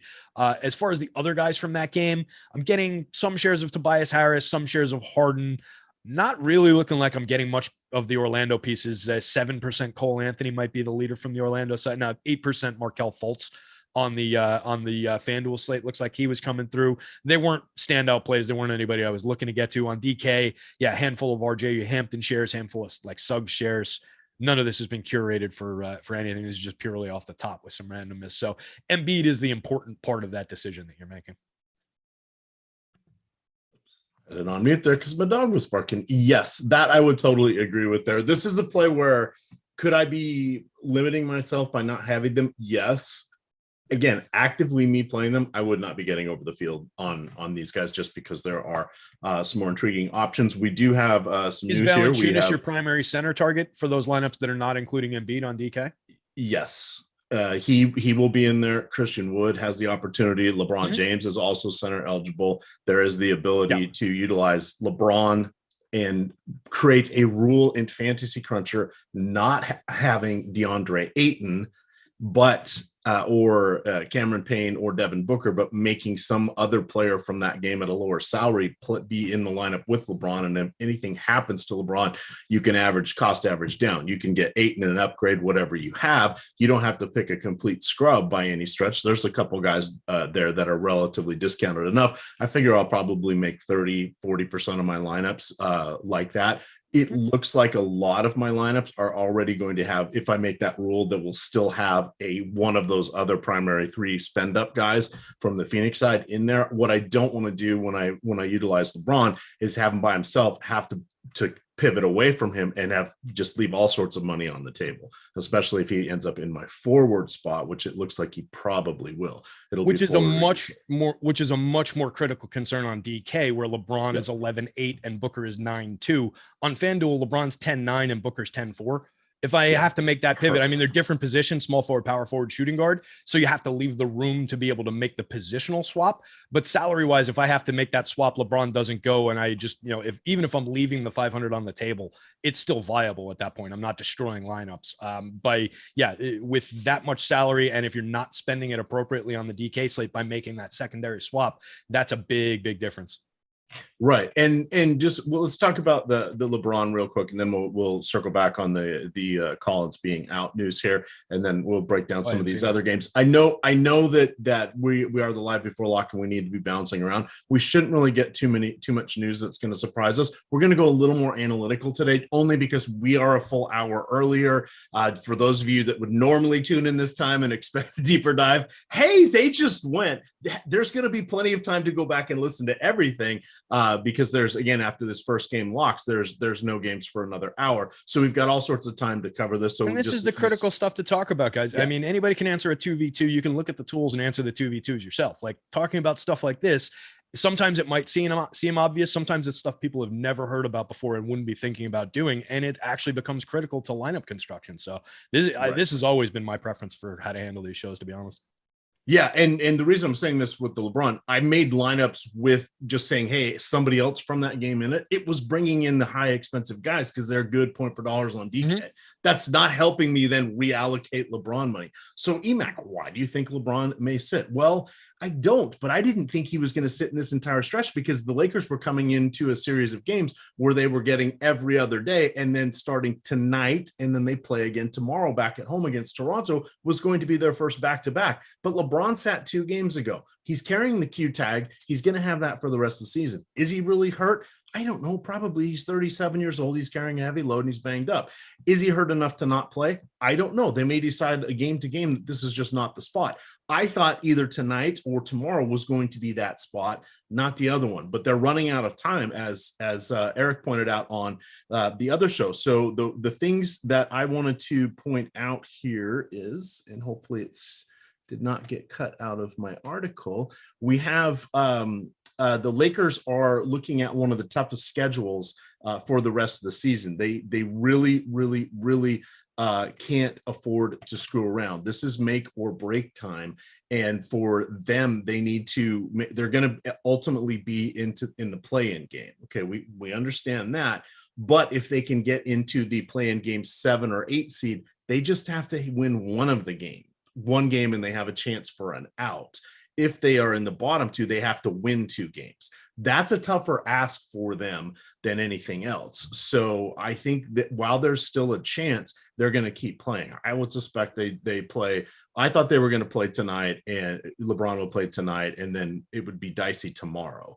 I don't think he'll be out tonight, but I'm just pointing this out. Will they have a quick hook for him if this is a potential runaway for Phoenix? Yes, they will. But as long as he's starting, we're good to go. We're going to need to assume 35-ish minutes and a trip to 50 to 60 fantasy points. This Yeah. is not If he plays tonight, I see him playing. If he plays less than 32, 34 minutes, like maybe he doesn't hit our 37 projection, but he's still going to be LeBron James in 34 minutes. So, I mean, we're relatively safe. It's not the greatest matchup in the world, but to kind of, go along with your discussion there, we're talking about the most competitive legacy oriented guy in the league. Until they're mathematically eliminated, I don't see him taking nights off just for, because he needs rest or anything like that. It's just not who he is. He's not wired that way. He needs these extra rings to, secure the legacy against Jordan and that whole conversation and everything. So I see him out there trying to get them into the playoffs by his sheer force of will.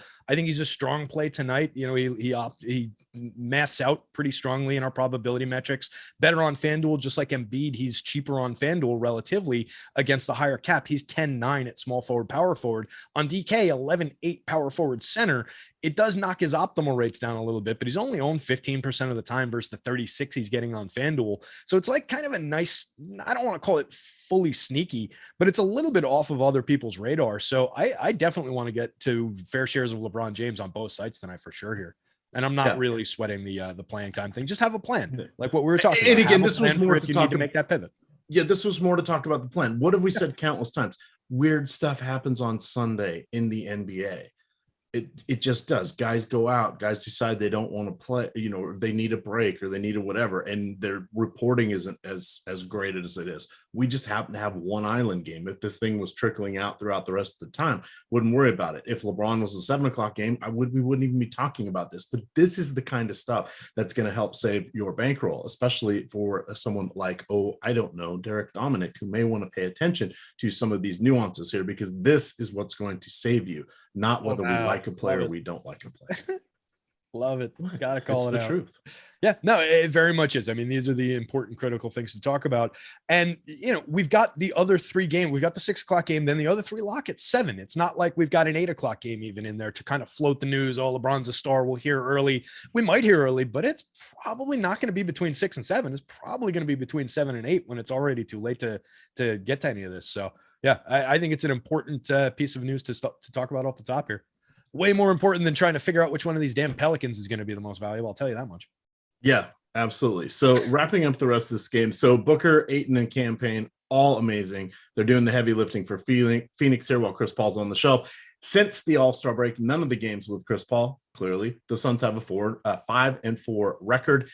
They've got a tough schedule. After tonight, only 4 of their next 14 games are going to be in Phoenix. They could see their 7.5 game lead start to erode over Memphis and Golden State. Will they catch them? I don't know. Golden State's having a bit of a rough spot, but Memphis has been surging, even though they had their misstep against Houston the other day. So those are some interesting things to think about. The other thing you want to remember, the Lakers defense is god awful at this point. They're allowing the 5th most points in the league this season.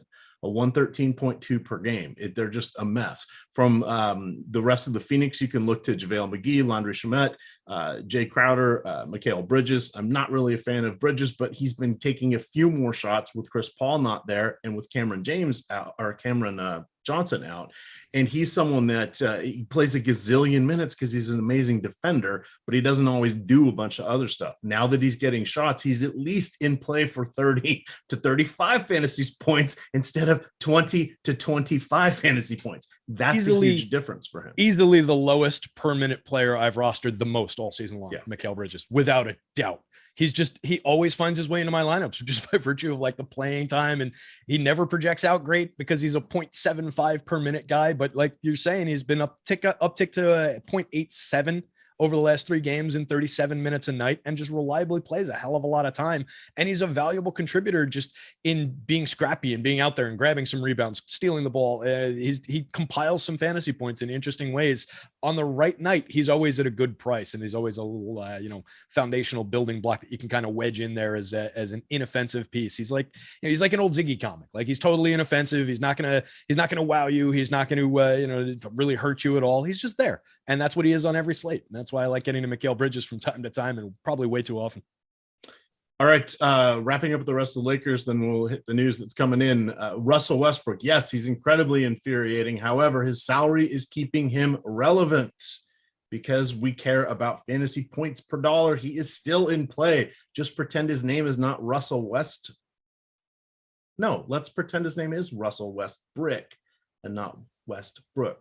He's still in the mix for 35 to 40 fantasy points. He does have an outside chance of making a foray deep into the 40 fantasy points. I want to say he's 29 on Yahoo. That's an interesting price point for me. He's just $4 more than Campaign. So we got to start looking at that stuff. The only other guys I'm sort of interested in would be Malik Monk and Carmelo Anthony. If Talen Horton-Tucker were out, I would start to consider Austin Reeves as an extreme punt, or he becomes a pairing there with one LeBron James, because that gives me the flexibility to go from two extremes to two decent plays in the event LeBron happens to not be available tonight. But if there's no LeBron, you see that opportunity for Westbrook to hit that triple-double night, that big night, just, skyrocket. And that's a really strong spot. At 7,600, I was getting there anyway. If there's no LeBron, I mean, that's an absolute smash spot that you want to hit really, really hard. This is still Russ Westbrook, and he is very cheap now. His talent has not completely abandoned him. A lot of this is situational. A lot of this is attitudinal, if that's a word, about just nobody's happy in Los Angeles right now. And it's kind of coming through in how they're playing, how they're sharing the ball and everything else. If there's no LeBron out there, Russ Westbrook, particularly 7,600 on FanDuel, looks spectacular. He's already a strong play, 20% optimal, 6.2 leverage score over there right now. Take LeBron out, and that's just an absolute go-to. At 8,100 on DK, he's a little less shiny, but he's got the same leverage score, and he's only 6.8% owned by the field. It's just a good opportunity to get ahead of the field on a guy who could explode at any given time. He's very much on the board for me. Campaign too is super interesting here. 6,500. FanDuel hasn't priced him up yet. DK is catching up to him, but I think he's still interesting at that 7,400 price, and it's keeping some of the ownership at bay. He's only 19.6% owned. He should be owned more than that at that price. He's been a 1.2 fantasy point per minute player with no Chris Paul out there since the beginning of February.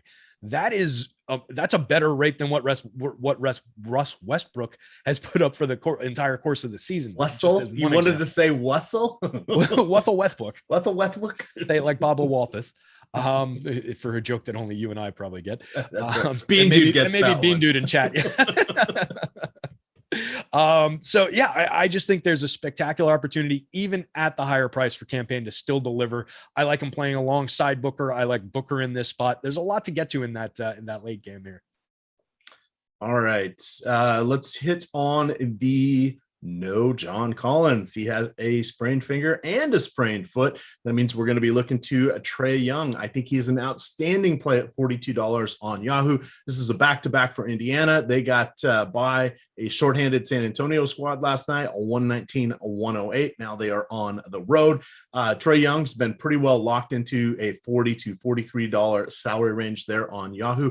Makes him an excellent tournament option because he does have access to 55 fantasy points.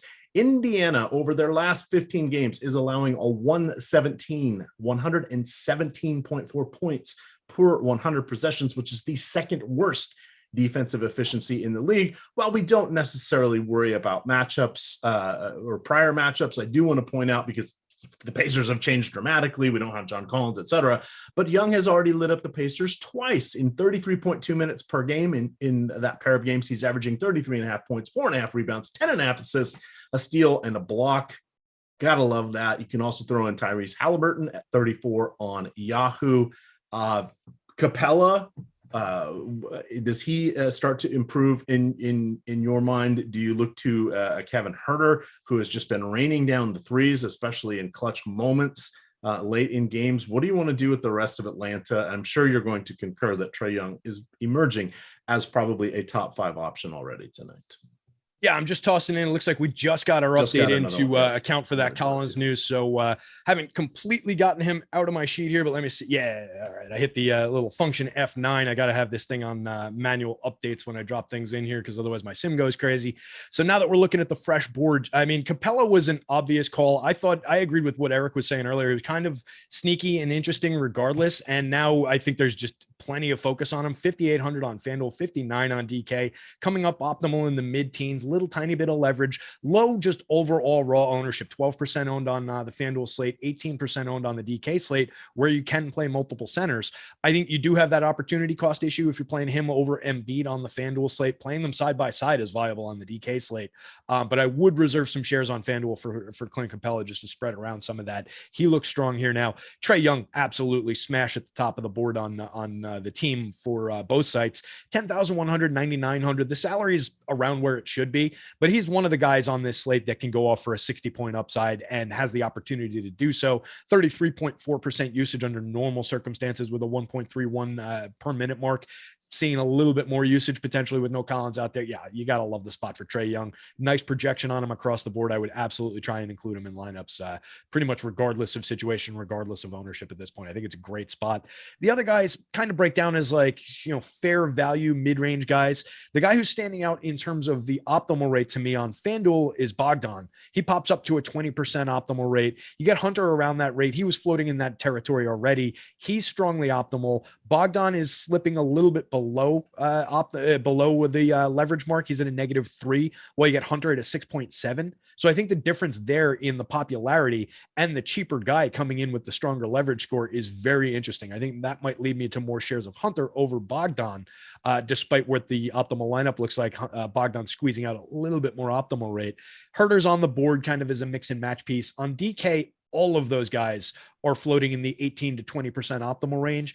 All of them are interesting, flexible pieces to, kind of build in your secure stars, your value guys, and then whatever you got left. If it's 5,900, if it's 4,600, if it's 6,200, it's just kind of informing it with the salary, which one of these guys you want to click on. They all look good. They're all efficiently owned. Nobody's really standing out for leverage outside of Hunter.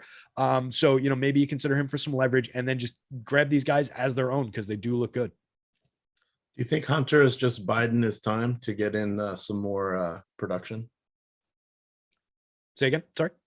Do you think Hunter is biding his time? Oh, I see what you did. No politics. Somebody mute EMac for the next 5 minutes.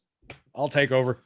Well, before I lose my ability to broadcast here, I want to say somebody's going to answer back with a "Let's go, Brandon" in the chat. You know that. You don't know. Oh, that would be so much fun. You don't know. JD says that he just wants to thank the Awesemo crew. He continued listening to the show last night after lock. As a result, got in there with Whiteside. Because Whiteside against a former team. That wasn't the reasoning. I didn't listen to the show, but Whiteside did have one heck of a night. He turned $60 of single entry contests into just over 1,000. Just over 1,000. That's pretty good. That was a great call by the guys on the overtime part of the show last night. I mean, that was absolutely, I think it was Eric or maybe it was Greg. I forget who it was, but whoever was on the late show, I think it might've been Greg and Lamarca. They absolutely nailed that call. That was perfect. I was in the chat actually talking about how on FanDuel, I was having difficulty making that swap because it was just resulting in taking away Jokic shares and leaving a ton of salary based on what I had positionally, but it was the absolute right call to do it and, squeeze out whatever value you could. You saw all the lineups up toward the top of the board have had Whiteside in them. So it was a great call by those guys.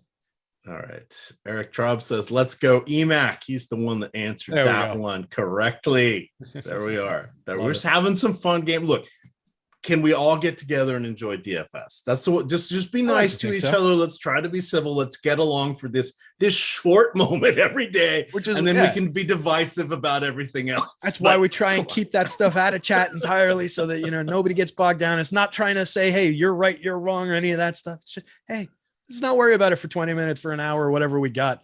Friggin' World War III is about to start. Let's focus on basketball for a little while. This is my break, people. Yes. Talk to me about, can we talk about these New Orleans value plays now? I think everybody's probably waiting for us to get to this nonsense with this ridiculous team. I want to give a shout out to Eric Lindquist, who gave the Trey Murphy III call, and one Gundacker countered with Dwight Powell. Yeah. That was pretty impressive. If you played both of those guys together, you would have had one heck of a showing. Powell was 12% in the DK Live final. You had only one person play Murphy. A guy happened to be sitting in front of me who did that. And J187 and we had made our shadow contest to see how we would do. And I had played Trey Murphy. Sadly, I had Maximilian Kleber wish he would have been Mr. Powell. It would have been a fun night for me as well. But that was the exciting stuff. How are we going to top that kind of a showing here? Do you think Murphy's coming in off the top ropes for a second straight game? Is that possible for the youngster out of the University of Virginia, I believe? That would be interesting if that happened. It's not, I mean, coming up on like the top of the board. Let me see where I got him owned in any of these crunches, if we got to him at all. Not really coming up for me on the, is this the FanDuel one? Yeah, the FanDuel board on terms of the DK crunch. Herb Jones, Alvarado. Yeah, it looks like I'm getting to like everybody else in that setup. So yeah, it's apparently not going to be a part of the plans here, but like everybody else there is coming up extremely heavily. Najee Marshall, like 95, 83 for Graham, 82 for Hayes. This is just across an unencumbered crunch with randomness on DK. There's just a whole hell of a lot of those guys up at the top of the board, and it's similar on the FanDuel slate too. It would be a circumstance where if that happened, if in the way that these are set up, it would be crushing. So let's hope that it doesn't. All right. I did see we missed a super chat here from Olrat. He's asking, give him one guy below 4.1 on DK. However, he already has JaVale McGee, or he does not want to play him. Not sure which. So let's see. Is no less position than 4,100 filtering. Let's also sort it by DK points. That would be helpful. So any position utility is, so if you want to go all the way down, get yourself another 700, $800, 900, I guess, if I do my math. Okongwu is coming in as our best point per dollar option. He is center. Yeah, center only. If you do not have the ability to play a second center, then Jose Alvarado is coming in at 3,900 and a 21 fantasy point projection. If you need maximum flexibility, you could go with Landry Shamet, who is shooting guard small forward eligible, which means he's now eligible for 5 positions over there on DK. Those would be the top 3 I would look at. Personally, I would probably go Okongwu 1, Shamet 2, and then Jose Alvarado 3. And I think we're splitting it hairs by a difference. I wouldn't hate any one of them, but that's my slight ranking if we need to go that route. Yeah, totally agreed. But then you also create the question following that. Like, I hope this isn't this guy's last click, because now if we're going to Okongwu in that spot, he only costs 3,200. So now we've got a nice little chunk of change to spend in another spot on the board. So the second part of that always is, what are you doing with the savings? Or where are you getting the money from? Like, none of these things exist on their own. No decision exists without impacting everything else in DFS. So if you save that money, where are you spending it? What are you doing with it? Are you doing it optimally? That's the next part of that question that guy's got to tackle now.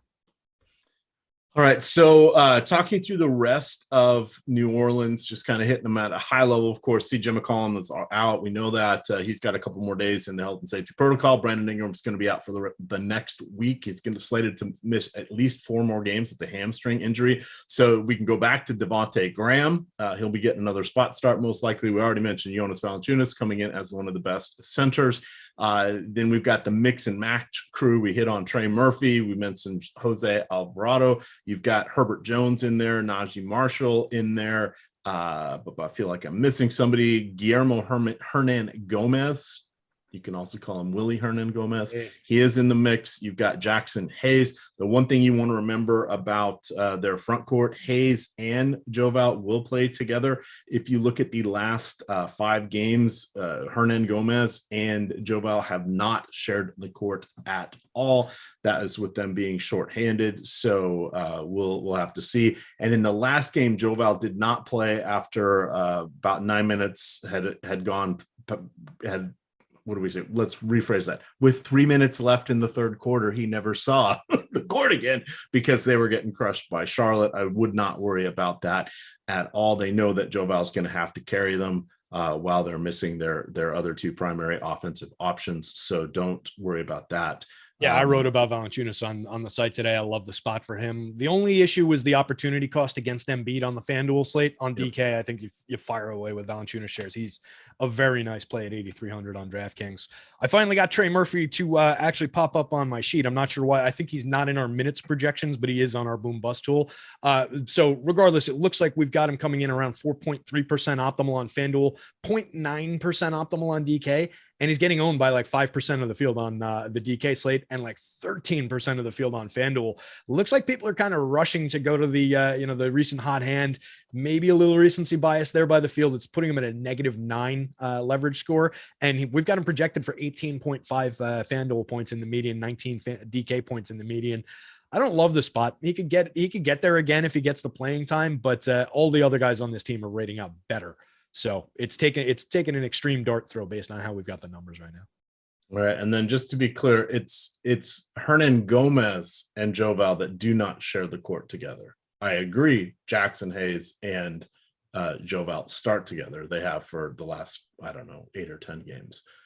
Sorry if I said that backwards, but I didn't even notice if you did, but Hayes is firmly on the board on both sides. 4,600 with power forward and center eligibility on the DK slate. 4,200 on the FanDuel slate is spectacular. Power forward, you just kind of plug and play that value. He's 51% owned against a 38.8% optimal rate, -12 leverage. I pretty much don't care at that price. It's a similar story for Najee Marshall, 45% optimal, 60% owned. On DK, he's 38-38. On DK, Jackson Hayes is 27-33. I just don't care about the ownership when you get these guys at these prices. It's just a value building block. You could argue that at 47 and 4,600 on DK, it's a little bit less so, but I think the ownership being efficient rather than extremely negatively leveraged kind of already takes care of that for you. So I'm not really worried about the ownership on any of those guys. How many Pelicans are you willing to play in the same lineup on DK? That's the question that always comes up. I would go 4 if Joval was one. That's how I would go. Yep. 3 of the non-Joval and Devontae Graham crew. That's a fair way to look at it. Take the actual good player out of the equation. How much of the flotsam are you willing to play? So I agree that it's 3 of the other guys plus Joval. Yep. And then a good question here asking about, and these guys are on disparate price points across the industry. They're kind of close to each other on Yahoo. They're far apart on DK, but it is Herbert Jones and Jackson Hayes for FanDuel. If we were choosing one of them, I would lean towards Herbert Jones. I think he has a little bit better steal upside. Those are worth 3. I think that gives him access to a little bit better upside. Jackson Hayes, you're getting more rebounding. Arguably, they're both about the same for scoring. I think I would go with Herbert Jones, but I think it's close. That was over, which is probably why they're asking the question, right? That would be my rationale of choosing. So. Yeah, the questions become very easy to answer when the guys are spectacularly far apart, right? You play LeBron James or Jose Alvarado. Look, we're kind of nitpicking where these guys are in terms of the optimal rates. Herb Jones 35.2 versus Jackson Hayes 38.8. What I would zero in on is the season long per minute marks. Jackson Hayes 0.95, Herb Jones 0.77. That's a pretty dramatic delta between the two guys when they're priced with Herbert Jones 200 more expensive at the same position. So I would probably lean the other way. I'd probably lean toward Hayes. You get a little bit of an ownership savings on Herb Jones, but you're paying the 200 for it. It just kind of depends on those guys, what fits around them, I think, though, on this slate, just based on where they are priced. This offseason, will Herbie go to Monte Carlo? That's for Malakar. Is that a Herbie the love bug yes, joke? That's for Malakar and Bean Dude. Malakar might be the only one that gets that. Is he going in the 70s or is he going with the Lindsay Lohan? I think it might even be late 60s, early 70s. Yeah, that's a while back. Yeah. Disney film. I know it. Yeah, remade with Lindsay Lohan in more modern times. And probably due for another remake at this point. That was probably 20 years ago at this point. That would be old time. Mm-hmm. The other one, no, we're talking about Herbie the Love Bug, but The Parent Trap was also remade with Lindsay Lohan, I'm pretty sure. Very good. Yeah, she kind of remade Disney. Which point guard do you prefer between Shai Gilgeous-Alexander and John Morant going heads up? Do you have a preference between those two? Why, yes, I do. Can we get to that after we just hit on a few Houston guys? I suppose if we want to go game so by game quickly for Houston, Dennis Schroeder is out. I think I invented a new pronunciation because I know we were trying to come up with different ones the last show we did. I think that was one that has never heard the airwave or been heard on the Awesemo airwaves yet, but he is out tonight. So I think that bumps up Kevin Porter Jr. just a little, or secures Kevin Porter Jr. just a little bit. I think it helps Jalen Green. I also liked Jalen Green's point total. It was at 15.5 when I wrote the Building Blocks article. He has scored 17 or more in 9 of his last 11. I'm sure that may have ticked up 1 or 2, but I still think anything 17 or lower, I think is an over you want to take there. Christian Wood in his last 3 healthy games when he was motivated, he has averaged 37 minutes with 25 points, 11 rebounds, 4 assists, and 3 combined blocks and steals. He is 30 on Yahoo. Joval is 29. I think you can absolutely play both of them there from a points per dollar perspective. Aside from those guys, I'm really not interested in anybody else. I'm okay. These guys will be gracing my lineups. Again, I'm not really going to get to that first game, but KJ Martin Jr. will be in the mix a little bit. Şengün, I'm not really interested in at all. His price has come up enough with recent production, and with Wood being out for the last week, Wood had a strep throat, so non-COVID related illness. But I did see someone reference that it was strep throat. So, and he practiced in full yesterday, so he should be good to go. Anything else you want to hit on the Rockets before we give them Memphis and the Thunder? Just to call out that most of those plays are more DK oriented. These guys kind of just look like who they are on the FanDuel slate, with the exception of Jalen Green, who is spectacularly overpriced at 6,900, both guard positions. Jalen Green has a 1.79% boom score probability and a 3.3% optimal rate on FanDuel. Eric Gordon drops into the 5% optimal range. Tate is 7.5. Şengün, to your point, only a 22.7 minute projection. He's been very, very strong when getting the playing time, but even 5,300 on FanDuel, not really easy to justify 4.5% optimal. A share or two here and there across 150 is fine, but it's not somebody I'm going out of my way for. And he's overpriced on DK at 68.7% optimal, 0.1% owned. Not worth going for. 0.55% boom score probability for Şengün on DK. So yeah, there's just a couple mix and match type pieces from Houston tonight, I think. All right, 9 minutes to go here, and then you've got a full hour before the next game locks. We're going to talk about, for just a hot minute after lock, we'll talk about our Awesemo new promotion, then we'll get on out of here. I know Jordan D. Klein has had leave it on. We don't need him to shut the stream off. He can do that. Oh, that's right. We did discuss that last time. We can just keep going. Pirate radio. It's EMac and T-Mac. I honestly, there have been a lot of nights where I've just been thought about hijacking the YouTube feed and just going on while I'm like watching a game and like updating stuff in my spreadsheets or whatever. Like I was thinking about that the other day when I was updating baseball stuff. Just like, I did not realize Lindsay Lohan want to hang out with me. Lindsay Lohan remade Freaky Friday. I did not realize that.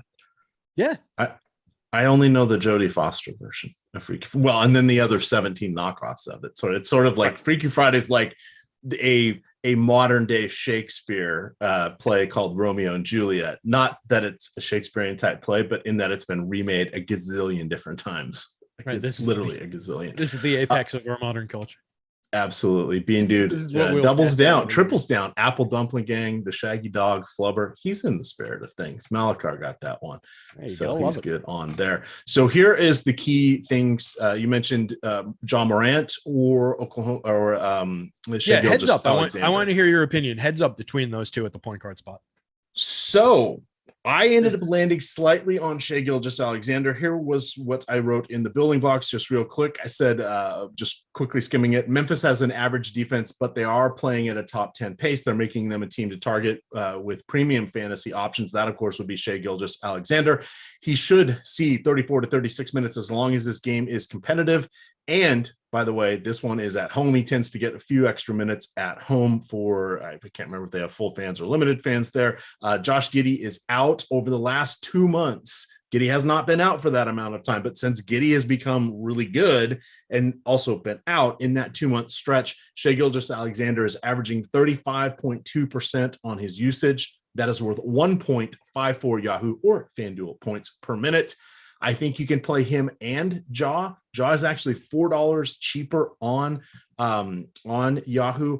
I am still just kind of just saying, you know what? They're really not going to need maximum Ja. And it was so much fun to watch on Friday night on the gigantic screens for that live finals. But are we going to need to get a 50 fantasy point outing from Ja? Probably not. Could he do that in 30 minutes? Absolutely. But what if he's just dishing instead of taking those, He's going to do a double 360 reverse windmill between the legs from the free throw line at some point. Yeah, I should have said from the 3-point line, but I said the right. free throw line. We're setting expectations appropriately. And that's barely an exaggeration over things that he does on like a regular basis on the court. That's in traffic. That's in traffic, Terry. This isn't a dunk of course, contest. right? Yeah, dribbling around 3 guys who have come, converging in on him in the paint. Yeah, he's spectacular to watch. I wish to God the Knicks had gotten him. I love RJ Barrett, but my God, he's just so much fun to watch play the game and so spectacular. I wrote about these two because I thought it was just an interesting heads-up comparison, playing in the same game, essentially the same salary, same positioning on the slate. I leaned into the Ja side a little bit. I consider them essentially the same in terms of their upside. We've got them projected relatively similarly. Shea gets out by a couple of points, but we're talking about the difference between making a 3 or making a couple extra buckets. Not that big a difference in the median projection. What I liked was the ownership differential. Ja Morant, 21% owned on FanDuel versus 37% on DK. It's even more stark. 24% for Shea Gilgeous-Alexander versus half that. 12% owned for Ja Morant.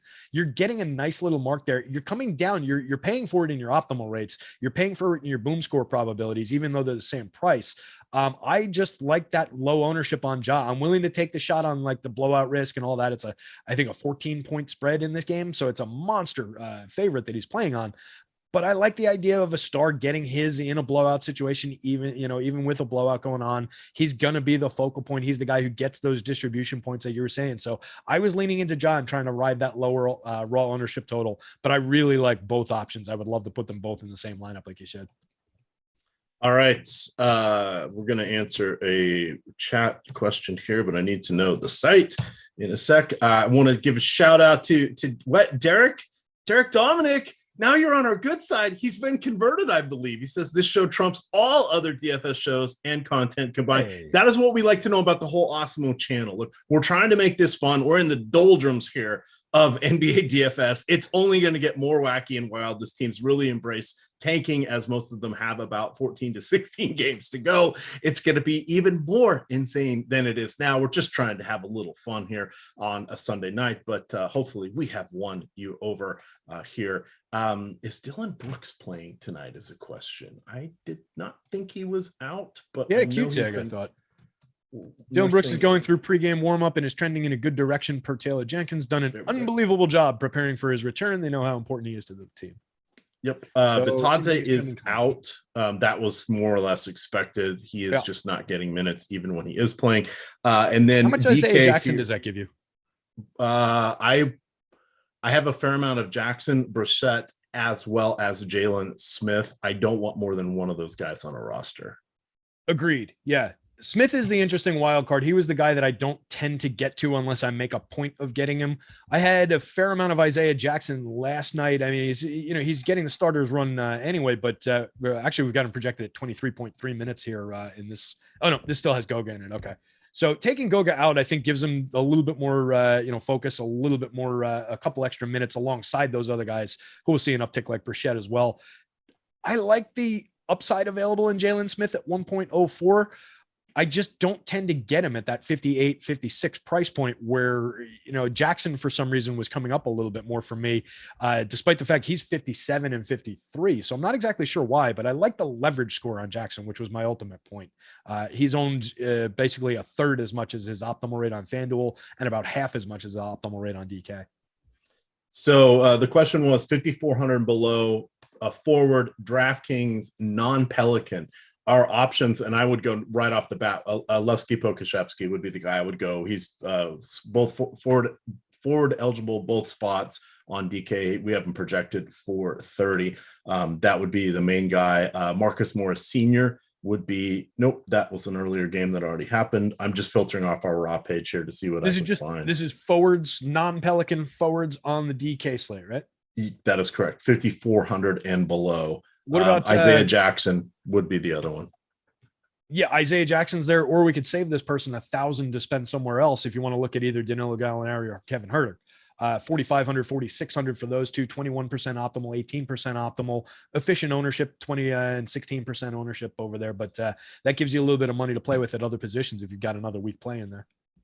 Yes, and thank you for chat correcting me. You are correct. Goga Bitadze is not out yet.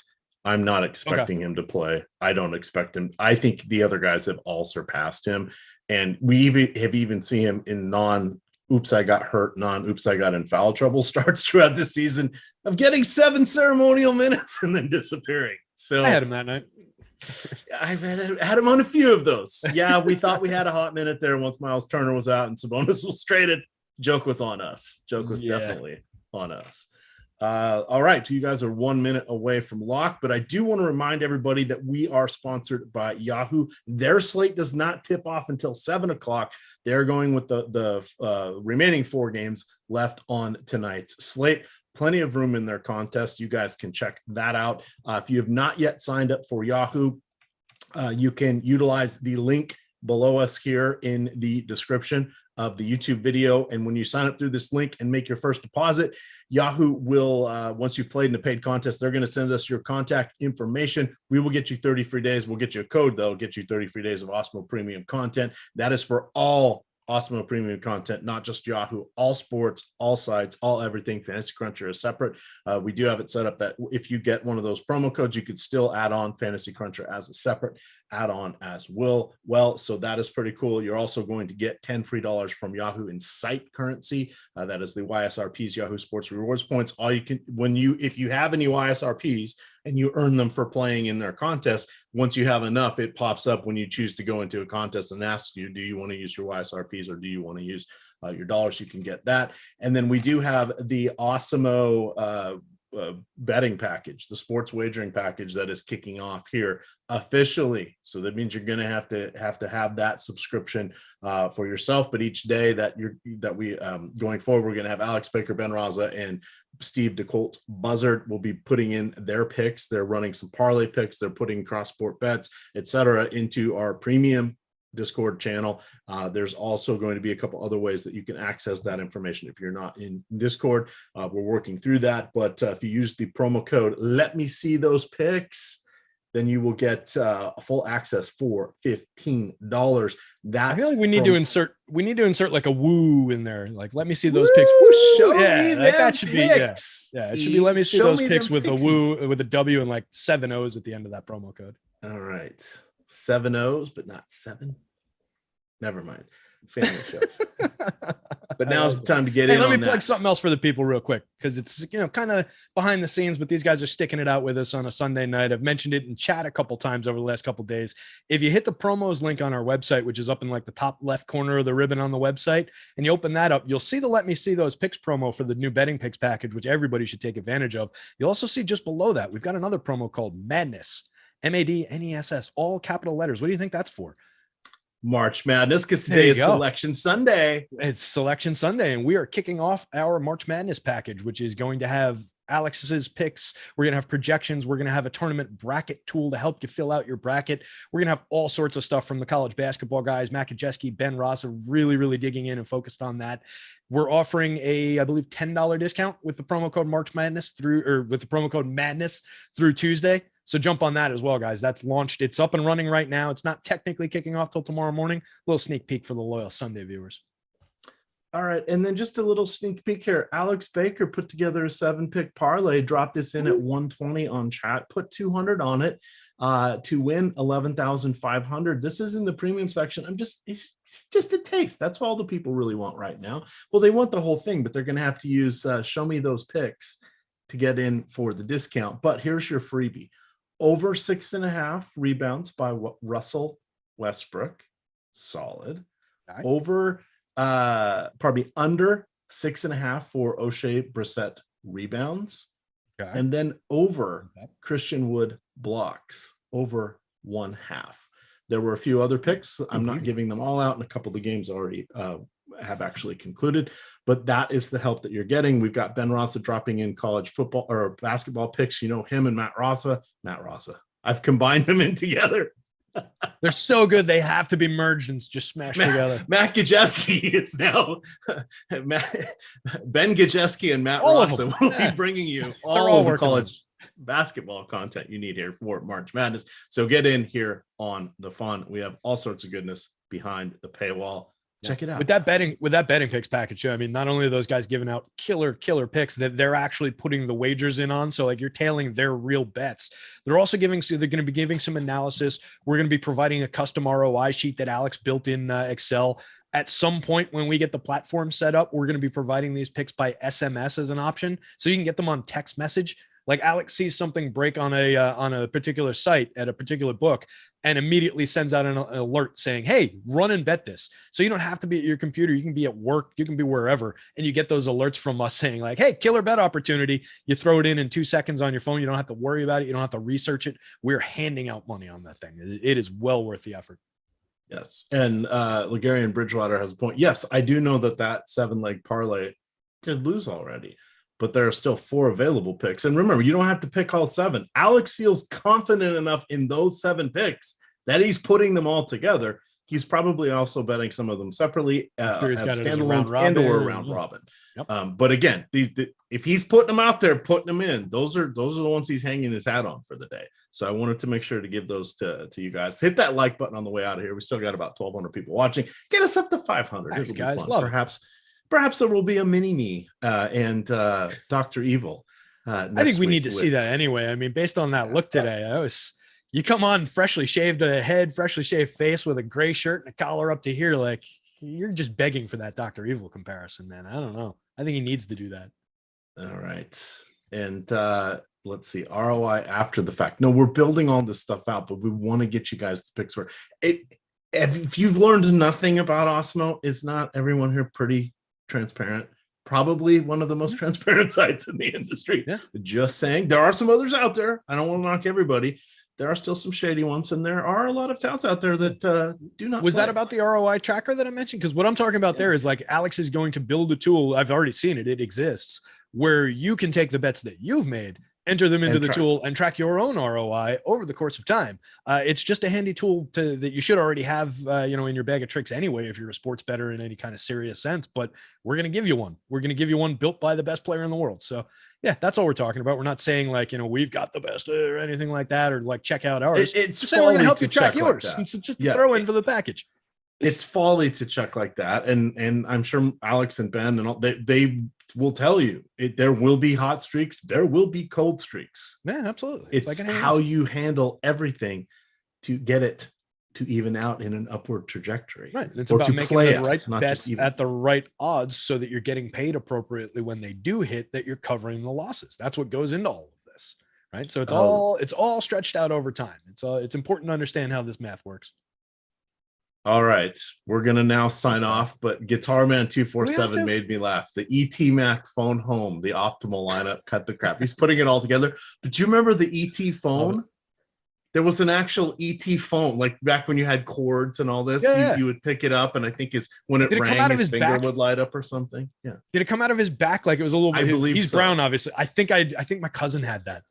I wouldn't have conjured that memory in the rest of my life if you hadn't just mentioned it. But I would not have either, but I can see it because I was there. So funny. All right. With that, gamers, good luck.